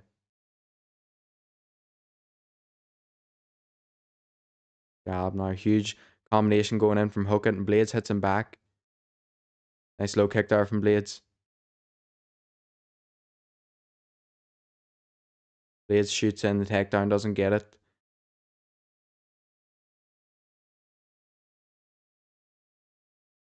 Nice right hand from Blades. 1-2 from Blades. Right hand again from Blades.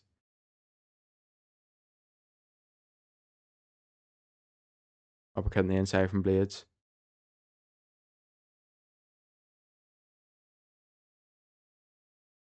I know it's all down to the third. Like, who's going to get it?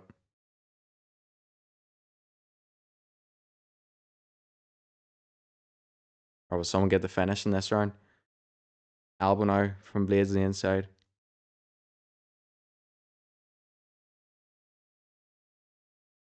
Right hand for Blades. Keep moving. Hookit does have that unranked heavyweight contender gas tank to prefer, but he's throwing like mantle, and this is a war, so you gotta respect it. Blades also is not Dave Goggins in there with that cardio, so fair enough, it's heavyweight like. Jab from Hookit now. And again.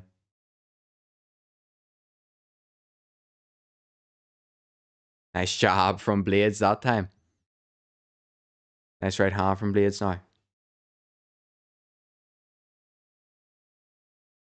Blades keeps switching southpaws. Nice straight left from him.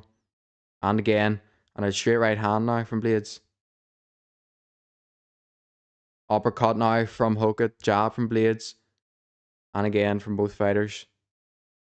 That's why are you doing your head movement like that, Blades? 1-2 now for Blades. 1-2 again for Blades.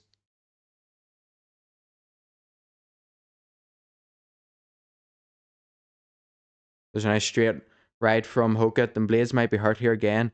The Hokut trying to land with elbows now. Blades the fires back his own one. And the clinch again, uppercut now from Blades.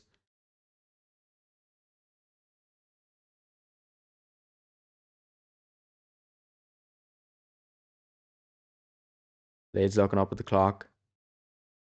Uppercut from Hokut. Right hand from Blades. A nice right hand counter from Hokut. Very great back and forth in this round so far. Is a nice elbow from both fighters.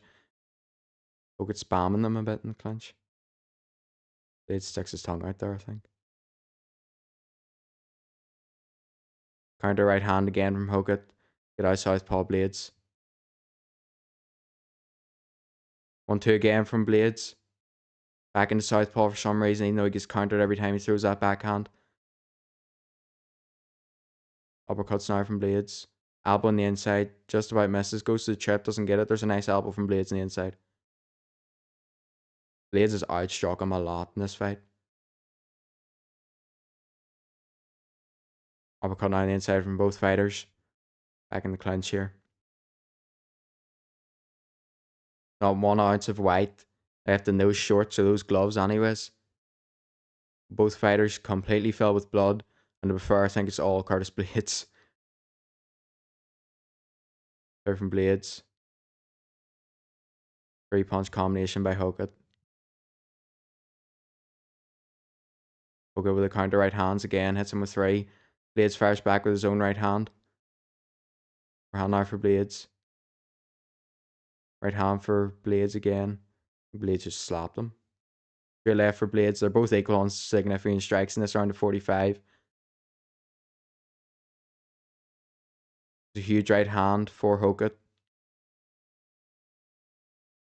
Another one for Hokut. Blades is just a setting target at point stack. There's a huge right hand for Blades though, and a nice low kick behind it. Goes for it again, doesn't get it. Hokut throwing in some right hands now. Elbow Blades. An elbow from Hokut now. 20 seconds left to go.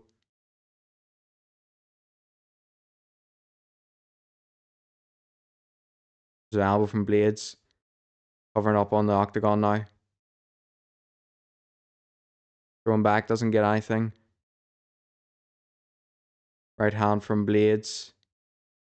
But mate. What a fight.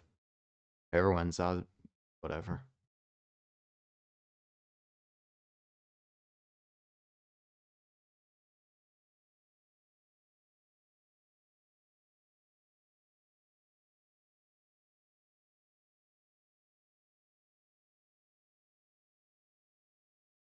I feel like Hokut surely wins that though. Third round, he just finished it better. I know, we'll see.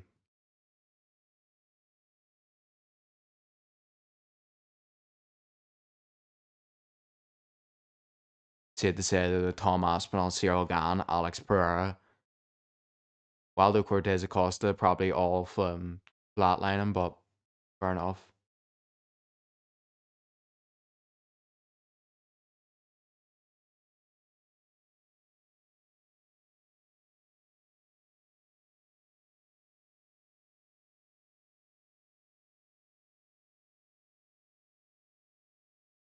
Let's hear a decision for this one. Back and it's supposed to take a minute.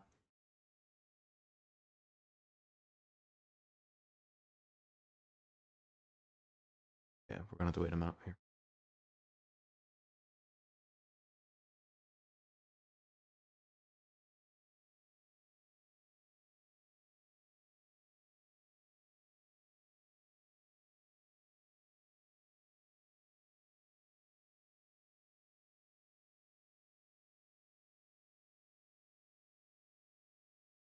So war though, what a war. Nope, we're still waiting for this decision.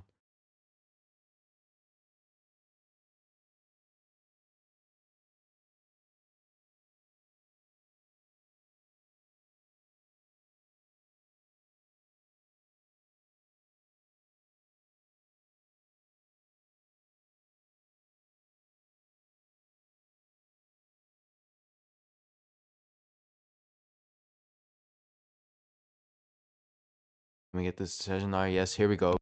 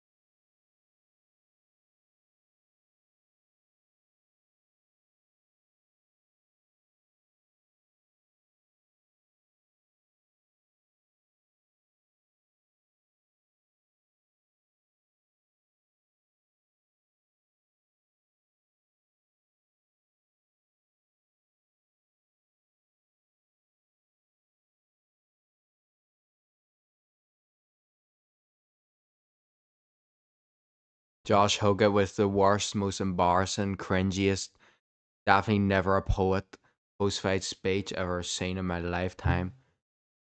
Calls out Alex Pereira at the end. Alex Pereira would fairly bury him through the ground of that octagon. So bad call out. Great fight though.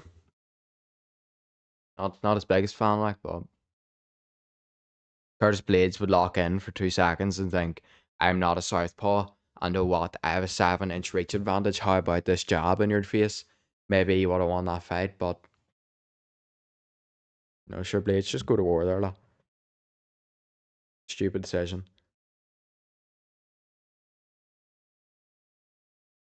Absolute yap fest on that mic after, like.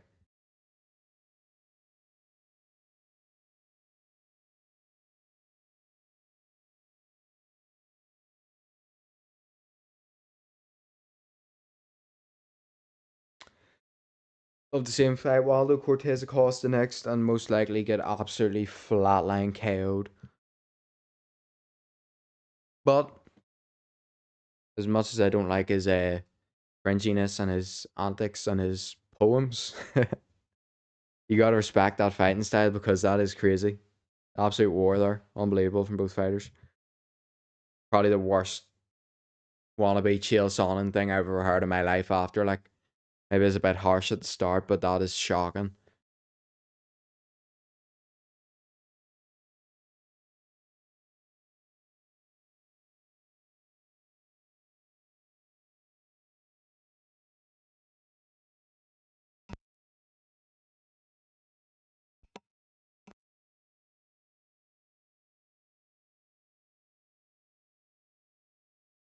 Was John Onyx in here?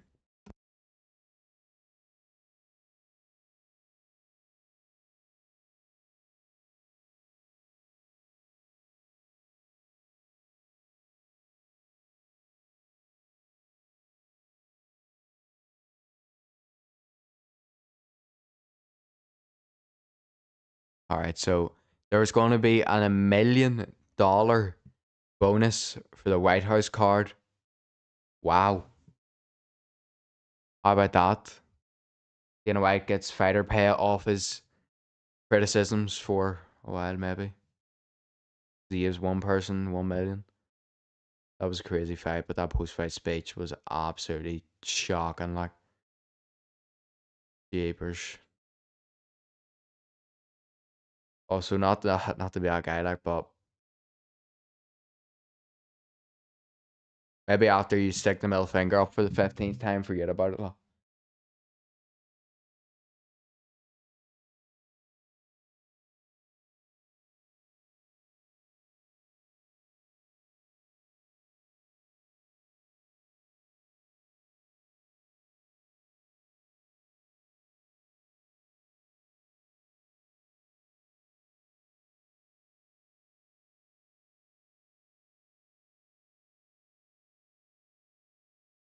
What is this? Is this just a Powerman trailer? Yep. What a fight though. Trying not to let his yap fest ruin it. What a fight. Yap artist like. The greatest waffler to ever fit and say heavyweight. Um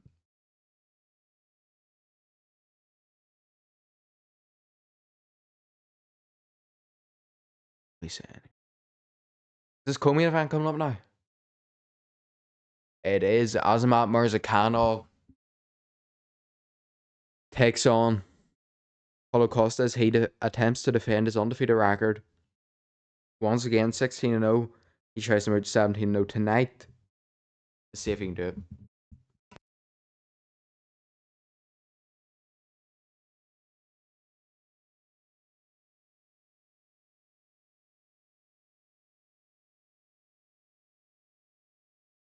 Paulo Costa revamped and renewed at light heavyweight. Let's see what he looks like tonight.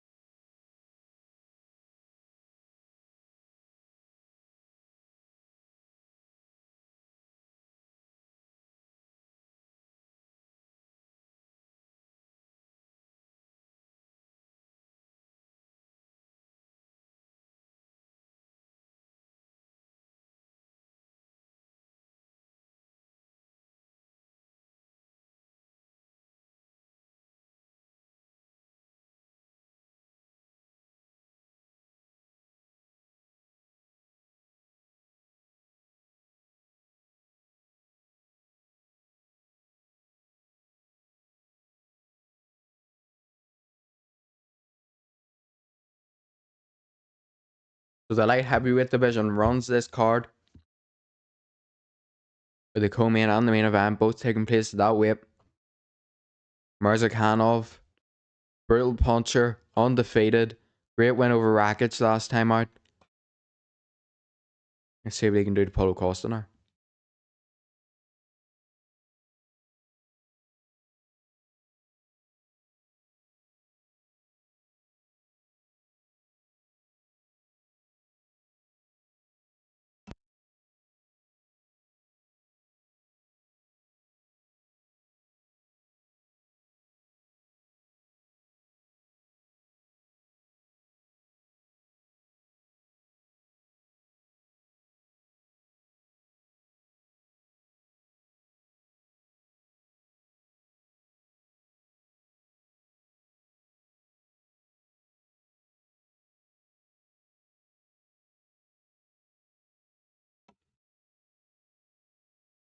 So,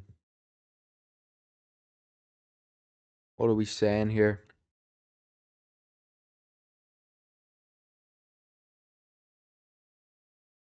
Costa walking out now.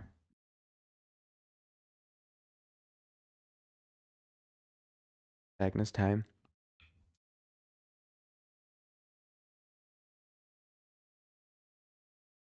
To be honest, I'm not even going to try and pronounce that, but he's fighting out of Brazil. One of eight. We're doing this again. One of eight active Brazilian UFC light heavyweights. I wonder, this is actually interesting because I wonder, is there more Americans or Brazilians in the UFC? Because they are like the two big countries from the sport, are the most successful as well. Obviously, both of them have had their legendary fighters as well. Fourth highest significant strike rate in UFC middleweight history. Paulo Costa at 6.21 per minute. He's a 5-2 knockdown ratio in the UFC, and he's finished 12 of his 15 wins with 11 knockouts.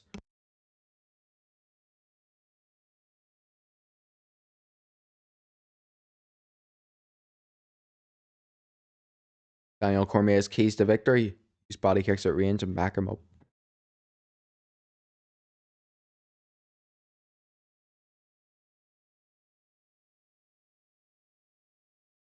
Even what a Rakic. Rakic done something wrong last time. He's fought it there. Rakic ducked into Mirzakanov's right hand, I'm pretty sure. A huge mistake because he had such a big reach on him.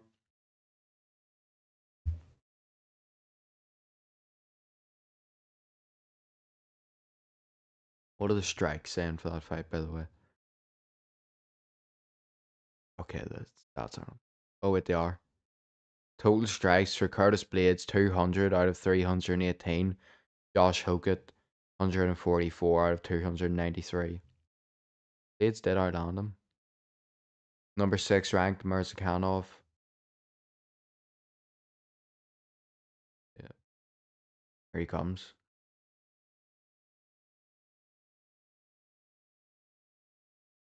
16-0 is a crazy record, like especially to have in the UFC. Oh, he has it. See what he can do with it. One of three active Russian UFC light heavyweights.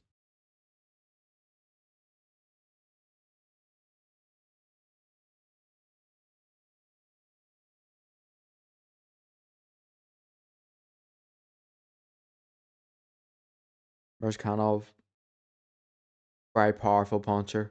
He's undefeated 16-0, as I said. Second longest active win streak in the UFC light heavyweight division, 6. He's the highest knockdown rate among active UFC light heavyweights. It's 1.73 per 15 minutes. And he got into the UFC via the Dana White Contender Series in 2021.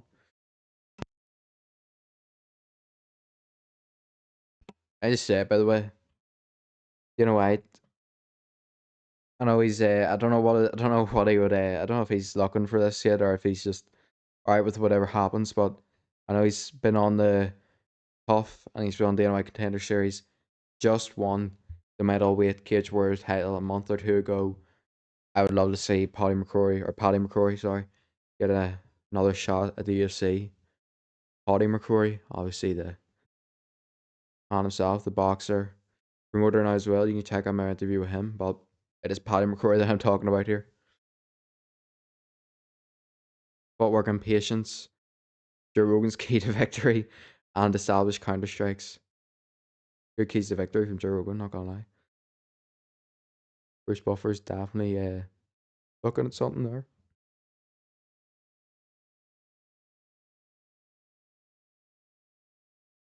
I wonder, this would be a good question for Bruce Buffer, and I don't really know if he would have an answer, and probably be the same for his brother, but like, obviously, whenever Michael, I mean, this is boxing all over. Whenever it's announced and the guy just announcing it, just stands in the center of the ring, says their things. But Bruce Buffer obviously does the same, but he's a lot more interactive with the fighters, and you know, who's usually is in their face screaming with them while announcing their name or fist pumping them. To the tape here, sorry to interrupt this point. 36 for Mirzakhanov, 34 for Costa. Costa has the 4-inch, 3-inch height advantage, and Costa has the half an inch reach advantage. 16 no Mirzakhanov's favourite, 15 and 4 Costa the underdog. But obviously, Bruce Buffer's been doing UFC from the start with the introductions. I wonder what's the most like intense or like special introduction he feels he's ever done. What one in the moment felt the best or the most intense? What the moment, the like atmosphere? Do you know what I mean? I wonder what one that was. So that's very interesting.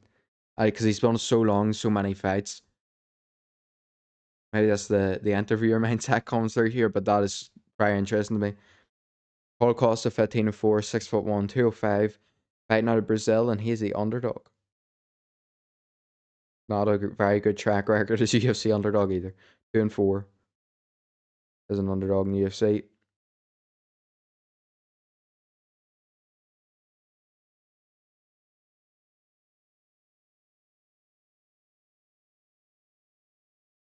That is the if I ever got to ask Bruce Buffer a question, I'll probably do on.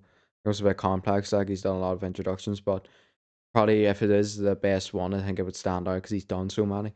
Mirzakhanov, 16-0, 5'10", 205, fighting out of Russia. Or well, I suppose he's fit. I think that's New Jersey to be fair.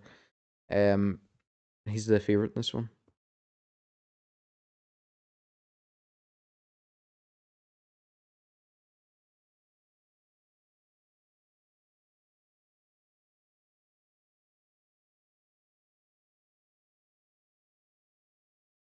Yeah, that'll be my question. I'll rephrase it and maybe put this out in short, and we'll see if we get a response. You never know.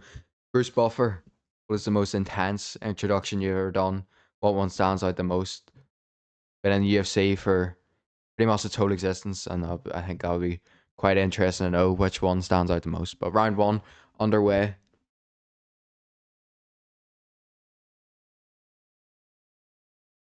Could very well be Mirzkhanov's shot for the light heavyweight title. Let's see what Paulo Costa can do up a weight class. Always hit hard. So he's got left in the tank. Throwing out those low kicks early.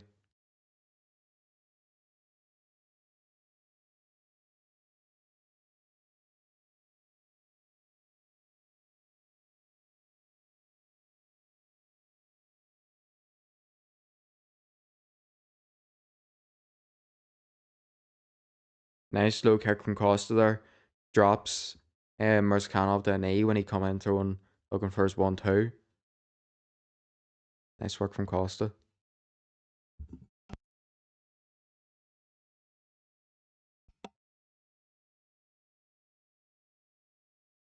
A lot of fate in here from both fighters.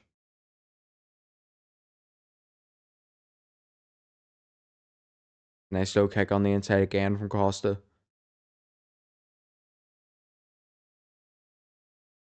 Costa just misses a huge right hand. He's keep those kicks up though.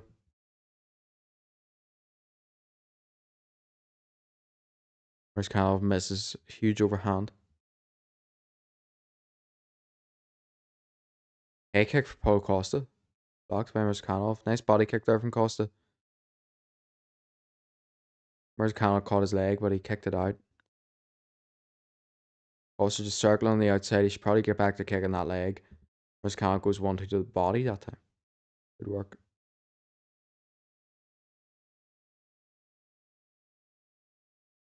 Mirzkhanov just about misses that huge right hand again. Turns it into the body that time though. After. A lot of energy behind that right hand. Quick like.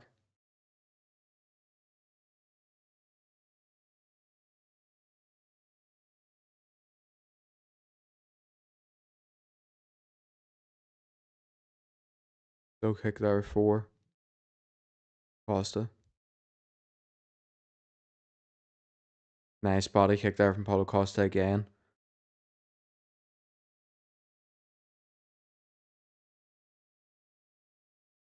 A overhand from Mirzkhanov gets close to that time. Complaining about an eye poke here. We're going to call time.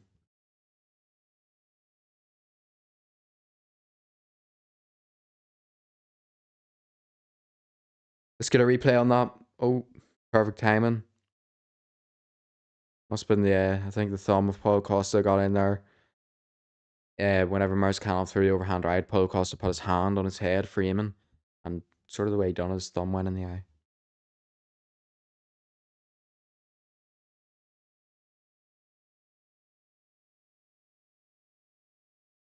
I see this here. I really don't like it. Like, this is just feels like we're getting closer to a stoppage every time this is done. I feel like the fighters should get the cloth from the referee.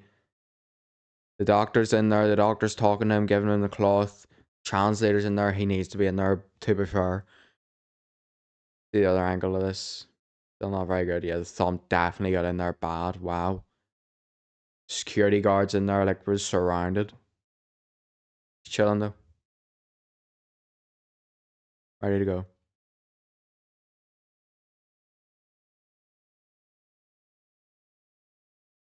Drew had no clue. He had to wait for it to be resumed.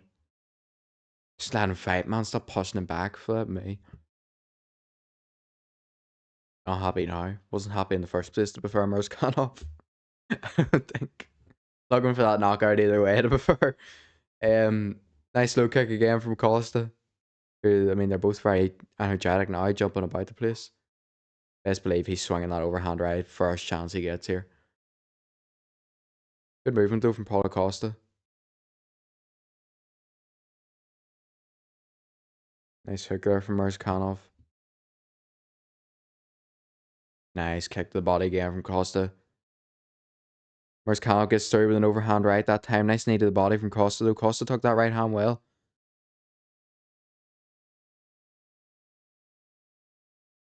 Nice straight right hand from Costa now.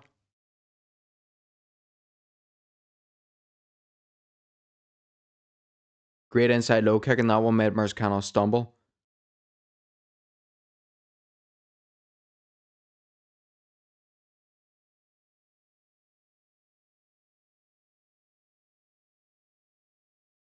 $15 of 18 on significant strikes for Costa. 5 of 21 for Murzkanov.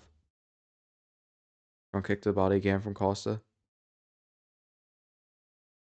Costa's doing a great job at controlling the pace of this fight, in my opinion. There's a nice jab from Costa. Down goes Murzkanov.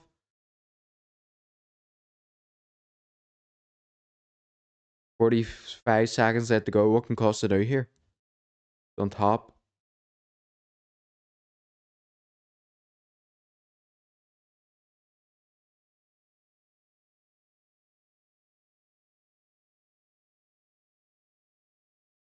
Elbow now from Costa. Murzkanov trying to make his way back up, but Costa's throwing some huge uppercuts in there. Great body shot from Costa now. Murzkanov's hurt here. Throws his own right hand back. Or lefty, southpaw now. Wait, was he was southpaw this whole time? That's my bad. Head kick from Costa blocked. Right hand from Costa doesn't get through. That's the end of round 1. 10-9 Costa.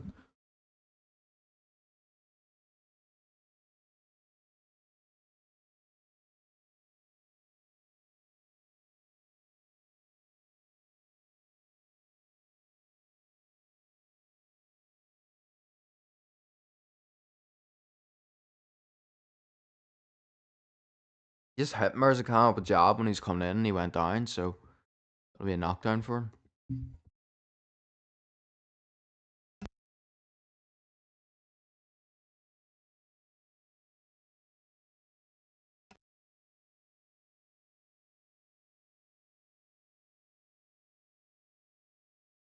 Great kick to the body in there from Paulo Costa.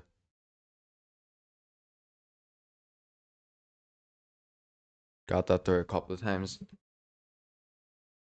Nice job, yeah, and that one sort of sends Murzkanov down.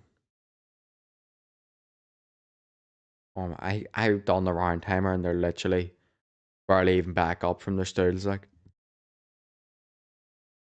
Alright, it's close enough. Round 2 underway. Great first round from Paulo Costa. Keep it up with the kicks. There's a nice outside low kick now from Costa.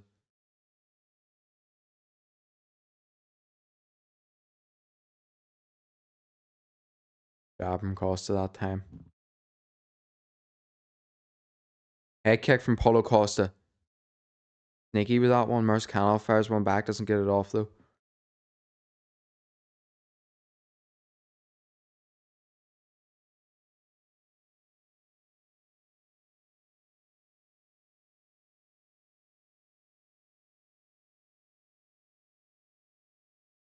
Everyone giving the first round to Costa. Nice inside low kick from Costa there. He's hurting the legs of Merzkanov with those.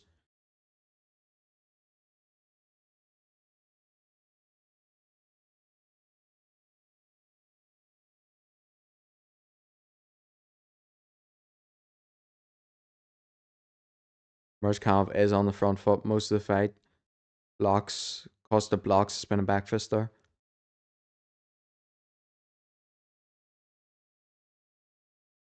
Body kick again from Costa.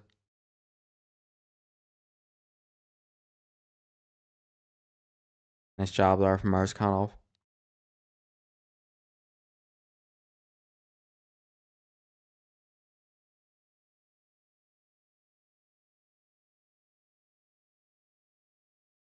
Nice right hook to the body there from Merzkanov. Going in for that shot again. Costa trying to throw the left hook now. Needs to get back those kicks.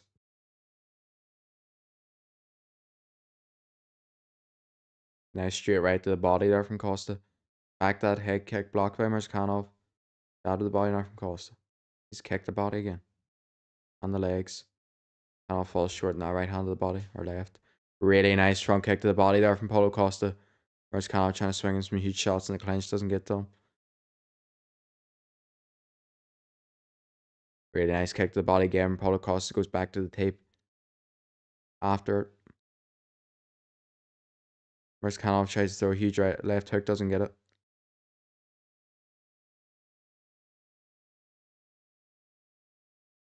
Nice body shot again from Merzkanov.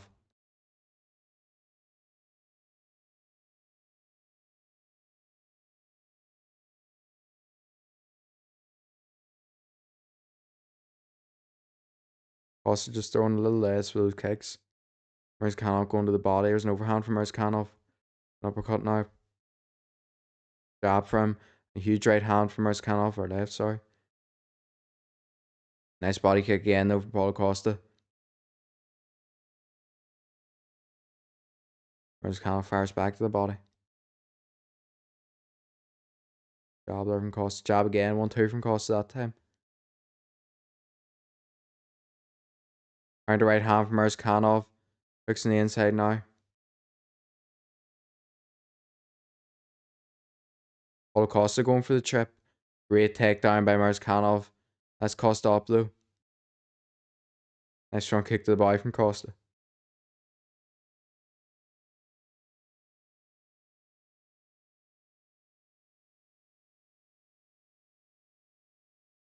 Straight right from Costa.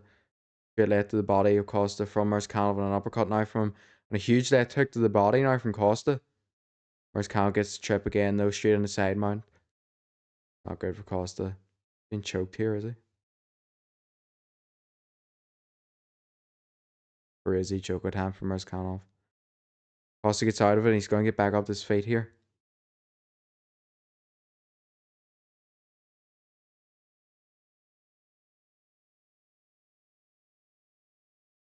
A lot of blood coming from the face of Merzkanov now, I think.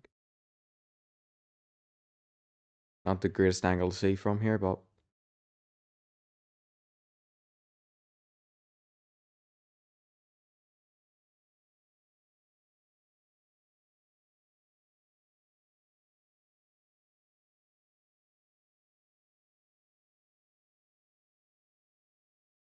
knees to the body from Costa. Yeah, some blood on the nose. Merzkanov.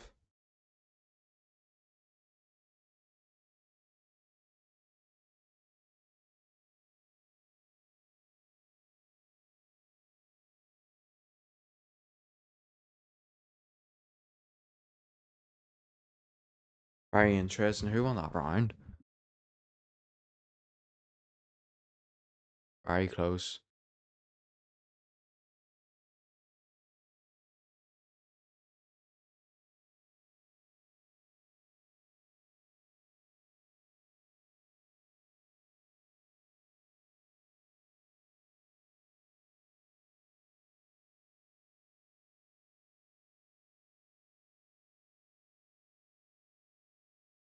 On H. Merzkanov gets that one.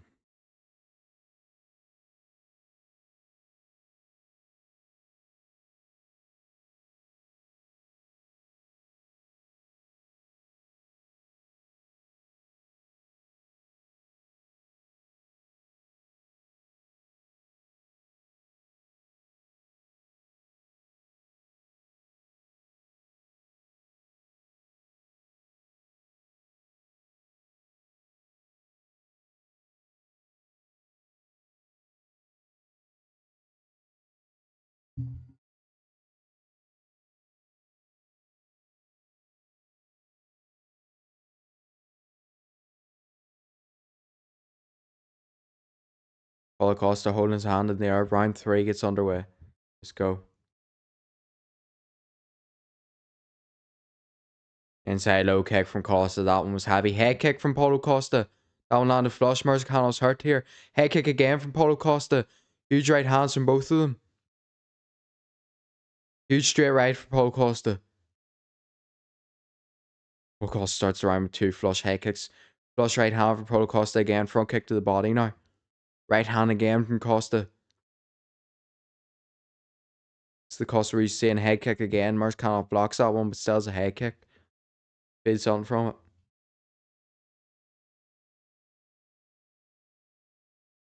Head kick again for Paulo Costa. He can get that up high from in close like.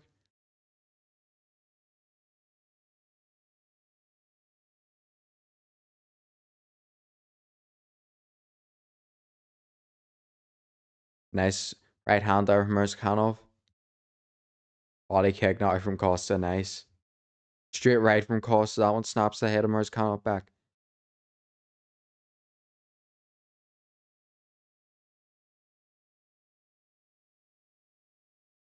Merzicano looks hurt now like.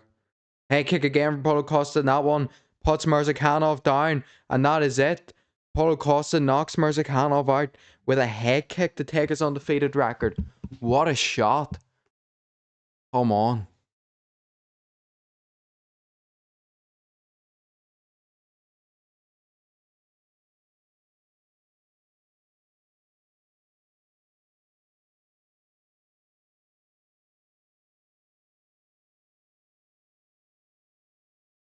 Head kick. And it wobbled Merzicano bad. And he sort of just turned around and went down to the ground. Wow, what a shot, Paulo Costa.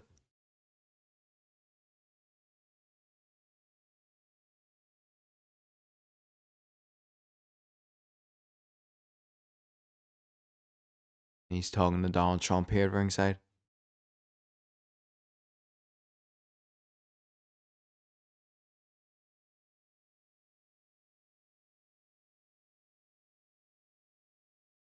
What a win for Paulo Costa.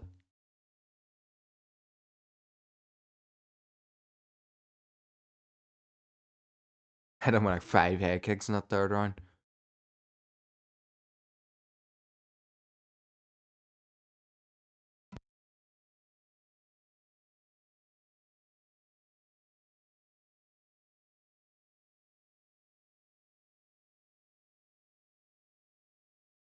See here, flush head kick. Start of the round. Then a right hand. Then a left hook. Let's see it again. Then another head kick behind it. That one lands flush on the temple. Hurts Mirzakhanov. Goes wobbly. Turns around. He goes down. And that's it. The referee steps in. Head kick KO.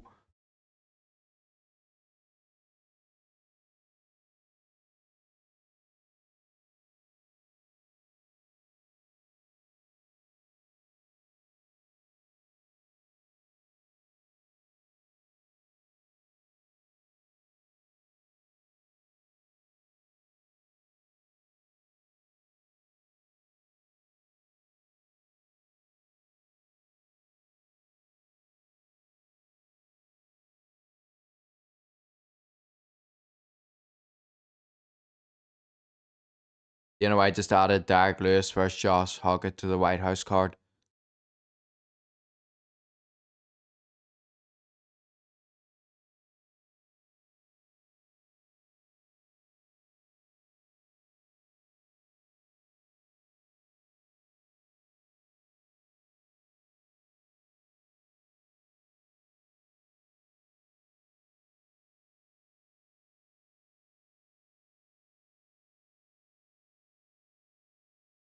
So out of all the super fights we may have been expecting, that's our 7th White House card right there. Derek Lewis, hardest puncher in heavyweight history, obviously for the UFC. Well, maybe in Ghana actually, but the most knockouts in heavyweight history, anyways. Mirzkhanov not even there for the decision now. What a way to enter light heavyweight, Paulo Costa.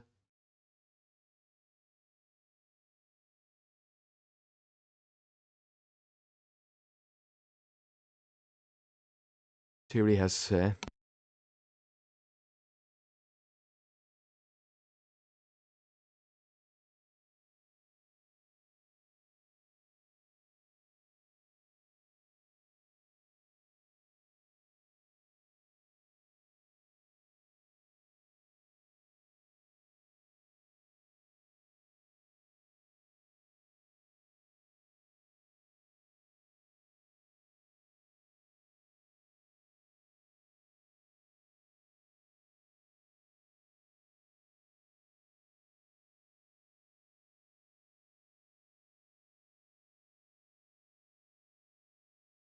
If you're just in here, we're trying to listen to Holocaust's post-fight speech to see what he has to say.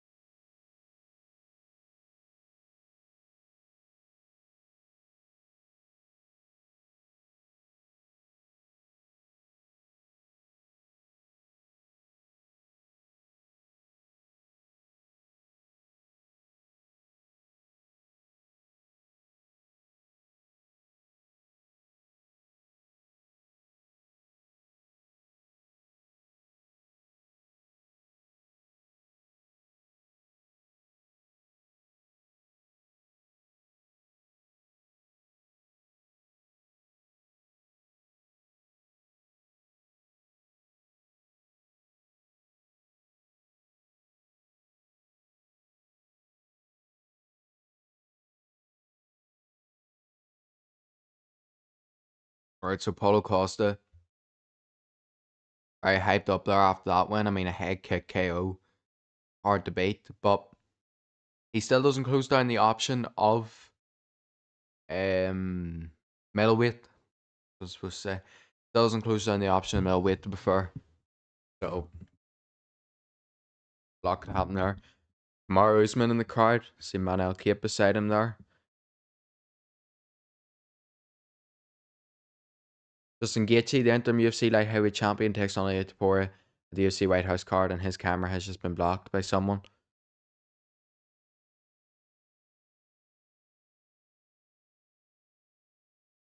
Johnny Bones Jones and Gable Stevenson sitting together now. UFC. Obviously, Gable Stevenson, someone we're heavily anticipating to be entered into the UFC heavyweight rankings soon. Even John Jones having a bit of a laugh there. Oh, there we go. Well, that didn't take long. Gable Stevenson signed with the UFC, and he will debut in International Fight Week.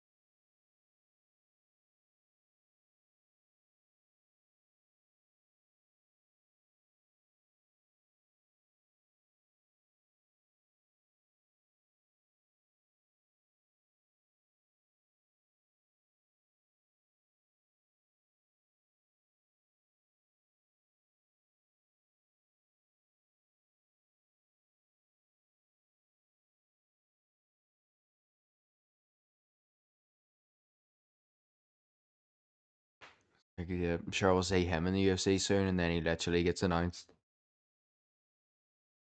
2 seconds later that he's with the UFC.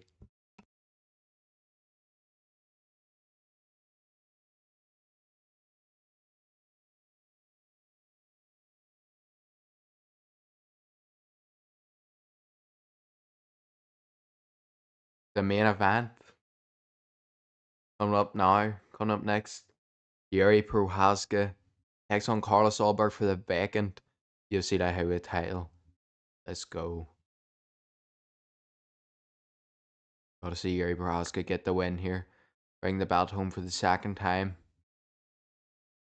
Can he do it? Or Carlos Ulberg put a stop to those plans? I hope not. 5 round fight. Should be a solid fight. The whole way throughout. And do you think Yuri's just going to put on that pressure late? Get the stoppage. Well, we'll see.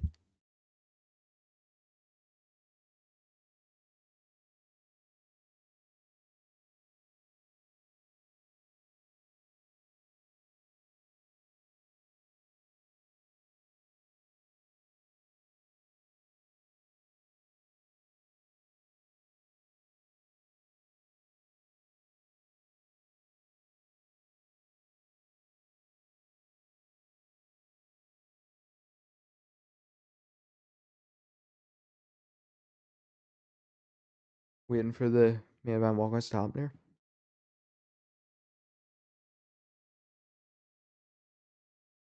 See commentator Alexa Grasso there. She's obviously coming off one of the most brutal finishes the sport of MMA and sport just fighting overall has ever seen. As she knocked out Macy Barber with a straight or left or straight right, and then put her in a rear naked choke while she was out cold without anyone interrupting. That was brutal.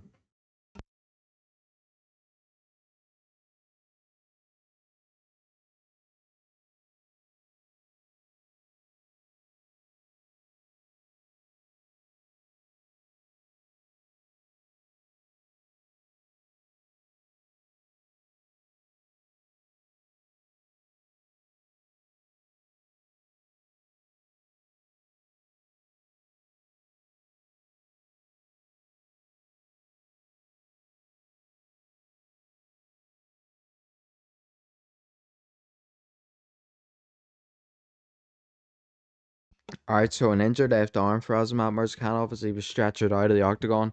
Hopefully all goes well and nothing's wrong with him and stuff like that, and he gets well. There's no major injuries. Don't want to say that at all. So hopefully he makes a speedy recovery.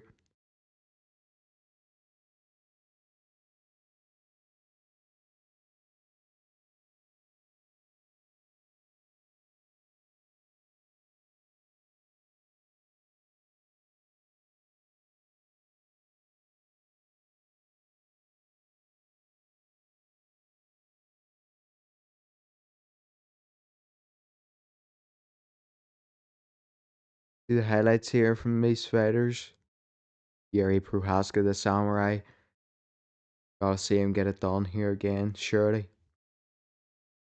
Destined to happen. Please let it happen.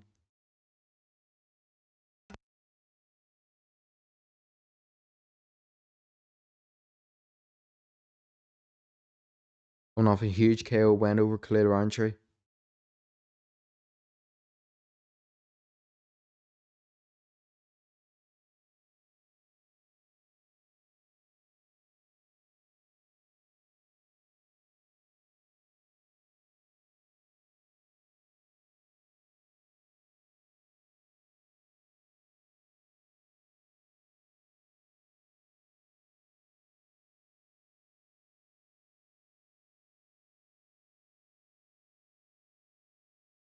But obviously, on the other hand,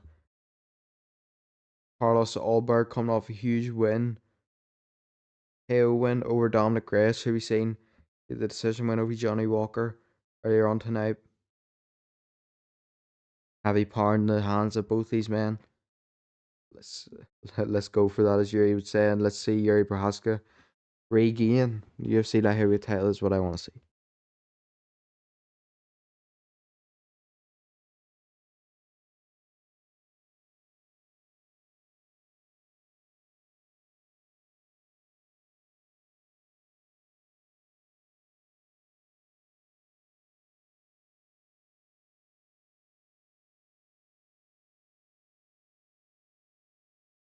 Yuri Prochazka obviously won the title the first time, beating Glover Teixeira.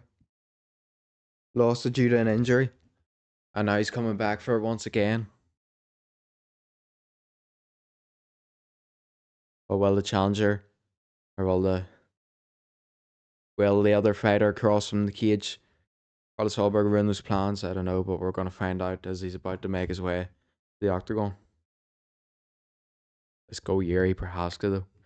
Anyone seen the edit during the week, earlier in the week? Need Yuri to win this one. If Yuri wins this one, life just gets better overall. I think that's a for everyone apart from Carlos Ulberg, so has to be done.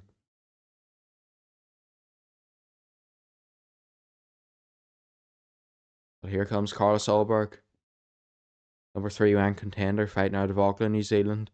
First fighter from New Zealand to challenge for the UFC light heavyweight title. So that be cool for him then if he wins first ever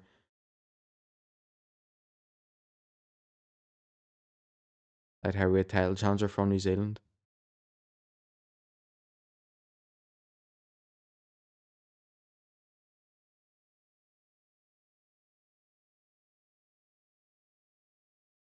That is Anya, or well, I suppose if he was born there.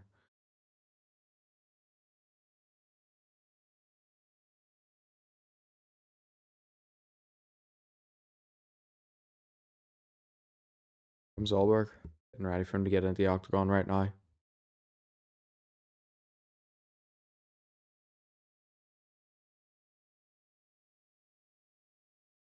Obviously the champion who dropped the belt being Alex Perez, he moves up to light heavyweight, or heavyweight I mean, who came to become the first ever freeweight world champion in UFC history, taking on Cyril Gane for the interim light heavyweight title. As we all know, champion Tom Aspinall out due to the hands, quite literally, of Cyril Gane, who poked him in the eye, and it's been a long recovery journey for Tom Aspinall, but all signs are pointing to him returning soon, so that'll be good to see. He will likely fight Alex Pereira. I think he's going to win that fight. Carlos Ulberg tied second longest active win streak in UFC light heavyweight history at 9. 9 wins by knockout, and the highest significant strike rate in UFC light heavyweight history at 6.58 per minute. Got KO wins like the Reyes one. He's got good technical wins like the Jan Blachowicz one. There's cartwheel down to the octagon and a flying knee. Energetic. And he jumps off the cage, why not? Do a flip there, would you? I love the energy though. Most I've seen from him in his whole career to prefer. He jumps off the cage again, there we go. Maybe he's gonna do a showtime kick in this fight. Big Yuri's more likely to do that though to prefer. Yuri Prohaska has to win this, please. For the storyline. For the actual like it has to happen.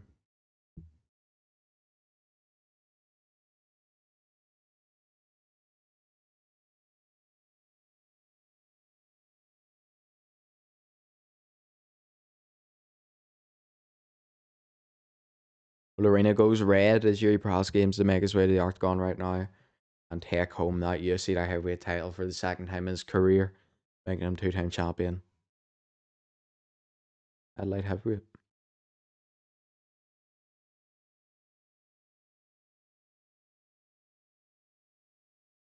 Here comes Yuri Prohaska, the samurai. Do not question that, by the way. This guy's not a fake samurai. Yuri Prohaska is real, real samurai. Fights out of Czech Republic. He's the first Czech champion in UFC history. I think I'm saying that right. My apologies if I was not, but Yuri Prohaska is also the number 2 ranked contender. So let's see it.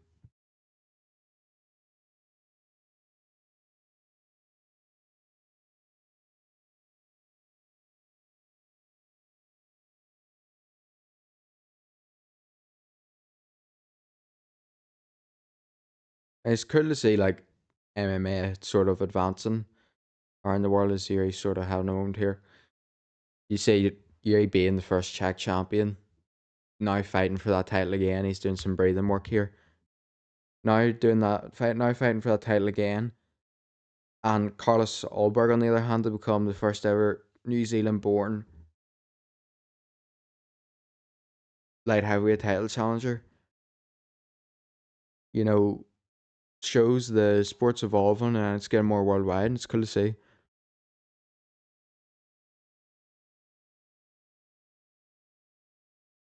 MMA overall is a great sport. Like I'll say I'm a very boxing heavy fan and stuff like that, but MMA is unbelievable.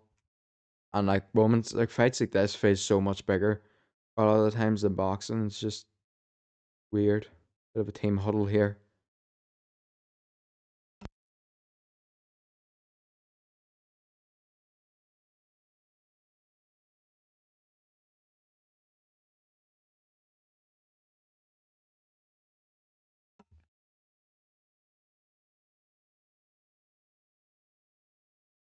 Yuri Prochazka is the former UFC light heavyweight champion. He's back to back wins at the moment. He's finished 31 of his 32 wins with 28 knockouts and has the fourth highest significant strike rate in UFC light heavyweight history.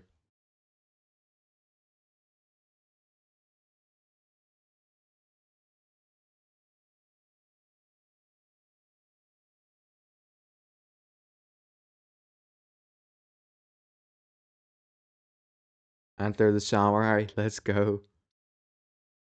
Yuri Prochazka.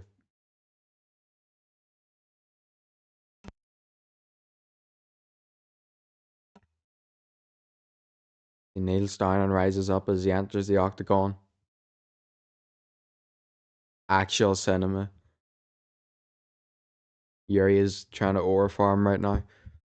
Entering the octagon. Doesn't know where to go, but it looks that might be a problem.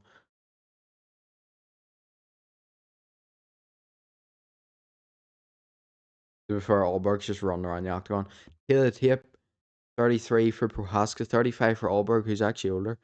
6'4", 1 inch height advantage for Carlos Ulberg. 77-inch reach for Ulberg, 80-inch reach for Prohaska, who has a 3-inch reach advantage. This fight is even. Prohaska is 32-5-1. Ulberg is 14-1. Let's see it. The main event of the evening.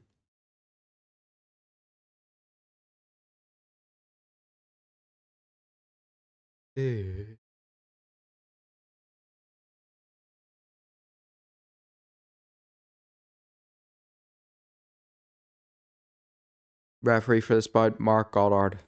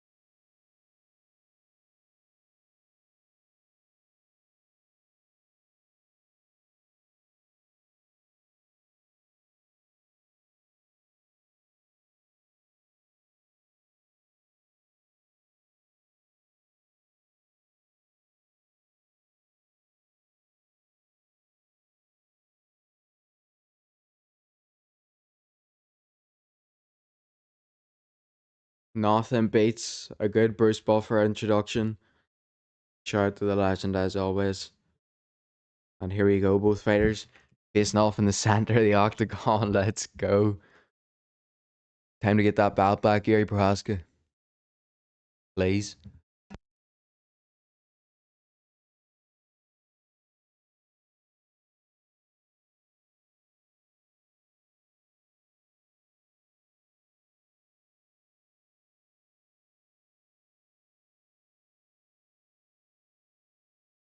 Round one underway. Let's go.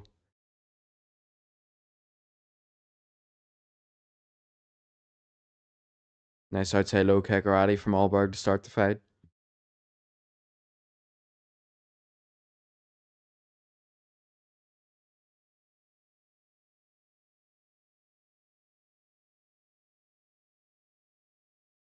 Hey, let's go. There's another low kick from Ulberg. Yuri just trying to find his range at the moment. Throwing in a few level changes, and there's a right hand for Yuri Prochazka. Might have been a hook landed in response from Ulberg. I couldn't tell if it landed or not. There's a nice outside low kick now from Yuri.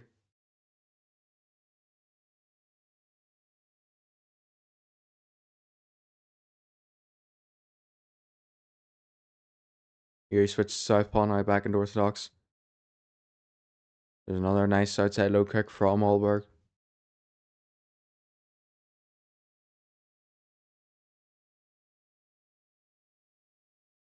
Let's go, Yuri. Nice defense there to get out of the way of that leg kick from Prochazka.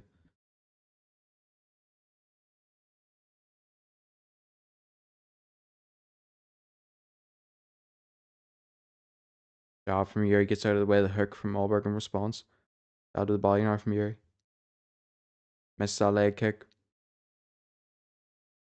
Just wait for the chaos to develop when things start to get interesting.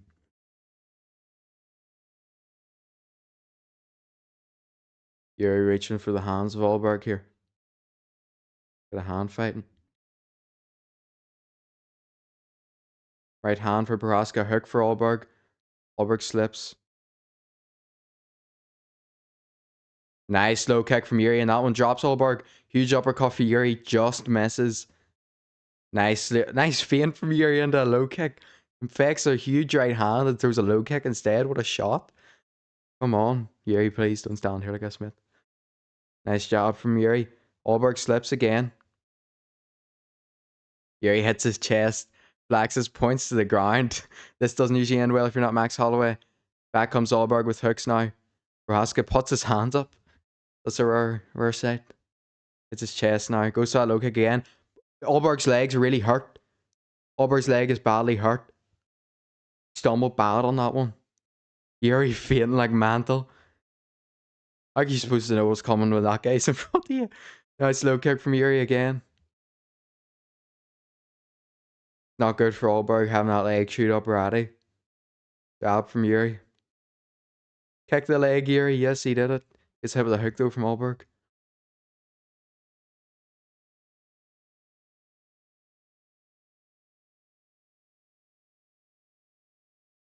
Oh wait, he hurt his other leg, did he? Head kick from Ulberg and he slips and his leg's really hurt. He went over on his ankle. Yuri's just saying, come on. Nodding his head. Flexing, this is tough. Low kick again from Prochazka. But I did see him hurt that leg with a low kick, but maybe it was the response from the back leg after getting hit with it that triggered it. Nice job from Yuri. Ulberg's leg shot. He can't put Prochazka out of here early. This fight's not going to go on much longer. Oh, Yuri goes out cold. No way. Ref, oh my, like. Ulberg knocks Prochazka out cold. Go away. Mark Goddard, like, just sitting there letting him take about 4 unresponsive punches, like. Go away, man. You literally have no character. So annoying. No way. He got clipped so, like, slight as well.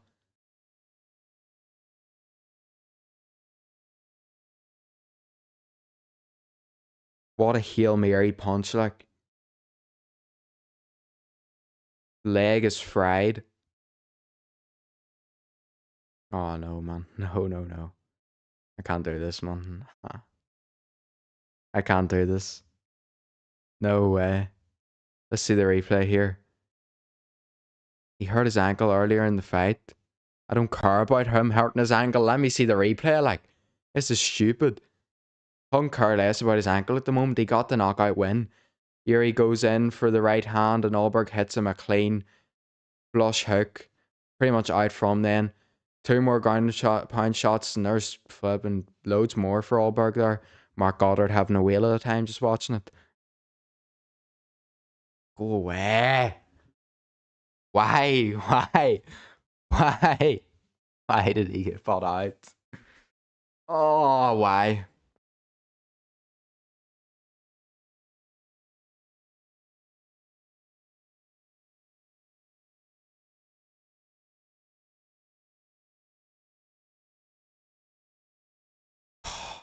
Why? Why did he win that belt? Like,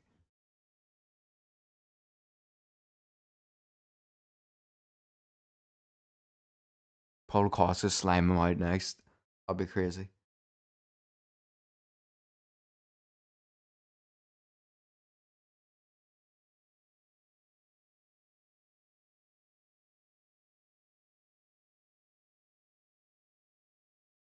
Actually depressing that there. Like, there's just no way. And they like, oh no way, no, I don't believe it. I do not believe it.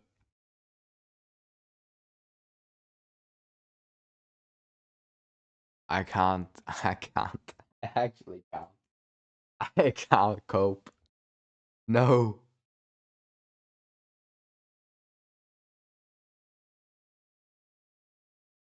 Oh my.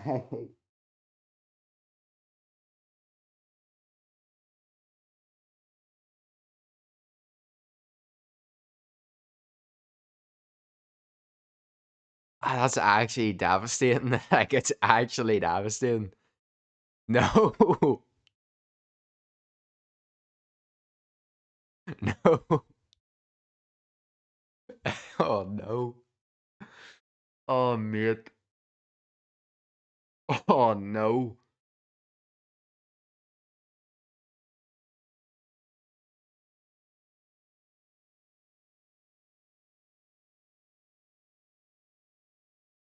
Ulberg wins, by the way. Actually, I know it's saying he has no character and all, but I actually shouted at him for a play.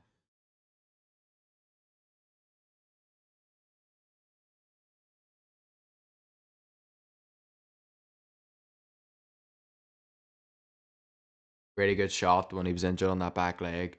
Let's hear him talk for the first time.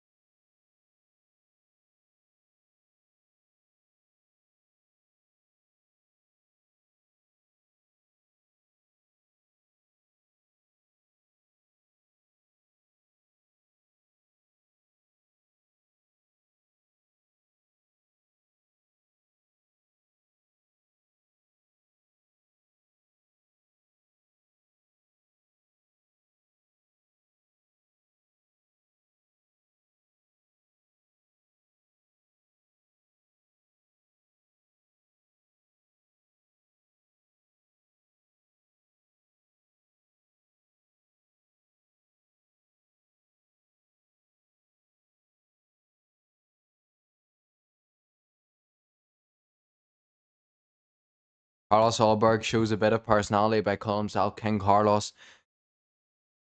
All jokes aside, by the way, I'm only joking. Idiot, but well, I'm not really. Personality is non-existent and probably a huge hit for. It's good we don't do pay-per-view anymore. But Ulberg, great. Oh no, I need to hear from Yuri. Probably gonna.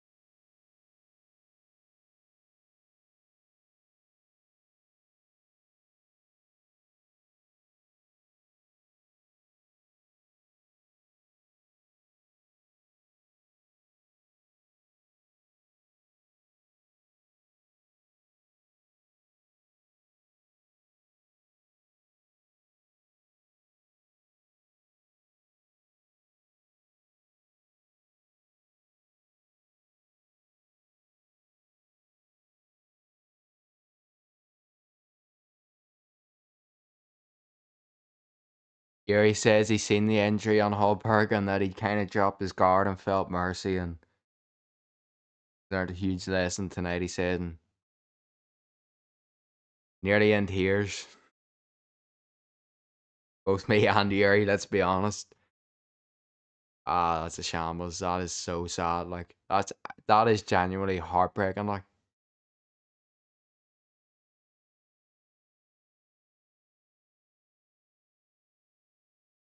actually heartbreaking.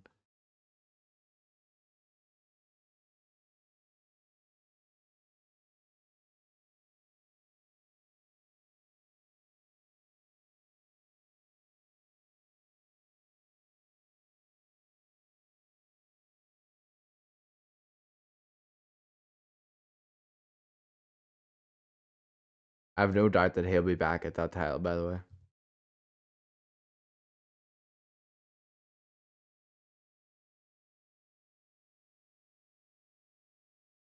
enough with the spell now. Gonna put out tweets.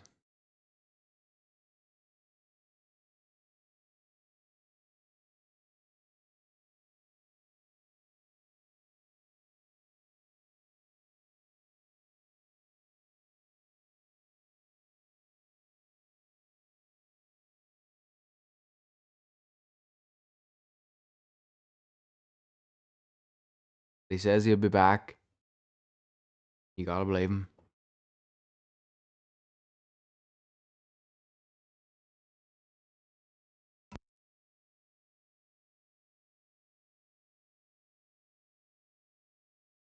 But that's devastating, and not to mention how the champion is also going to be out probably for a while because he blew his knee out.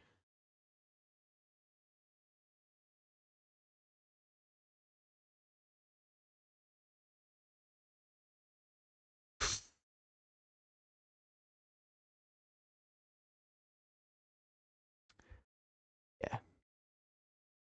Well, that is not the way that we wanted this live stream to end. As unfortunately, the Samurai Yuri Prochazka goes out cold in the first round via a devastating left hook from Carlos Ulberg, who was actually on his last leg.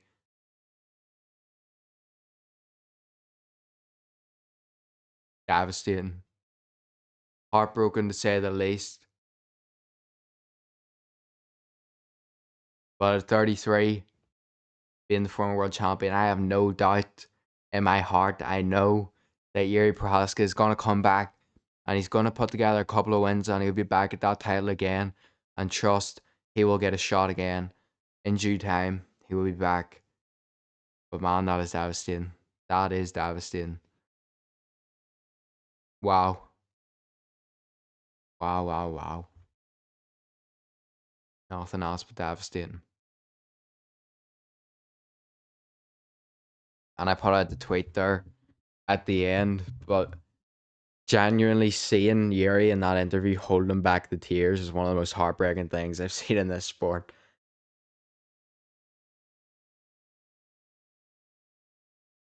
All respect and huge shout out to the new champion. I know I've probably come off a bit disrespectful towards him throughout this live stream. I want to leave no mistake that Carlos Ulberg is the champion obviously now and is a great fighter himself, as we know, he's champion.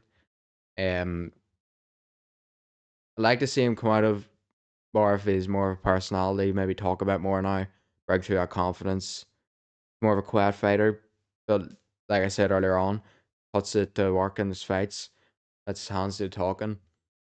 Like to see that personality come through a bit more for Carl Solberg and shout out to him. Paulo Costa gets a huge KO with a head kick in the third round to take the O of Azamat Murskanov. What a shot that was from the former middleweight, now light heavyweight, as he debuts with a head kick KO. Josh Hockett and Curtis Blades go to war with one of the greatest fights you will ever see at heavyweight. And obviously, Cub Swanson, the legend himself, goes out on top with a huge KO victory over Nate Lamwar. Yuri Prochazka unfortunately goes out cold in the main event, but he will be back, no doubt about it.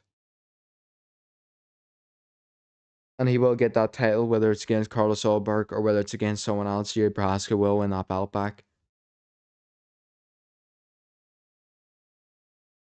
Devastating for loss for Yuri Prochazka, but we move. UFC 328 is up next, and it doesn't get much better for a build up than Sean Strickland challenging Hamzat Chimaev for the middleweight championship of the world. What a fight that will be. Let's get it. If you don't know already, like, subscribe, and follow for more because we've been here tonight for Fury versus Magmudov earlier in the day. Now we're here for Ulberg against Prochazka, UFC 327. We've been here every weekend for the UFC and any big time boxing that was on for a live stream, prediction videos, edits going out during the week. Keep an eye on them. Much thanks to everyone that's showing love and supporting the edits. Much appreciated. Unfortunately, the main character of the last one didn't get the win tonight, but lives and learns and comes back as a better fighter. And I say I'll be live for the next UFC fight, whatever it may be. I'll be live for the next big boxing fight. Probably be the Worley Dubois, maybe. But anything that happens in the meantime, my memory's running a bit low right now. It is 7 minutes past 5 in the morning. That is AM. To anyone that's confused, it's now 8 minutes. And that is going to be all over here from SCS Combat for today. But the grind doesn't stop yet. Obviously not, because we're nowhere near where we need to be. But in terms of tonight, we keep going, and I'm going to be putting out second episode now of this fight night recap. I like doing these. I feel like this is a good, refreshing thing. I feel like it's a great way for people to catch up with fights on a Sunday morning throughout the week and whatever they're trying to catch up. And I feel like hopefully they're good. Hopefully.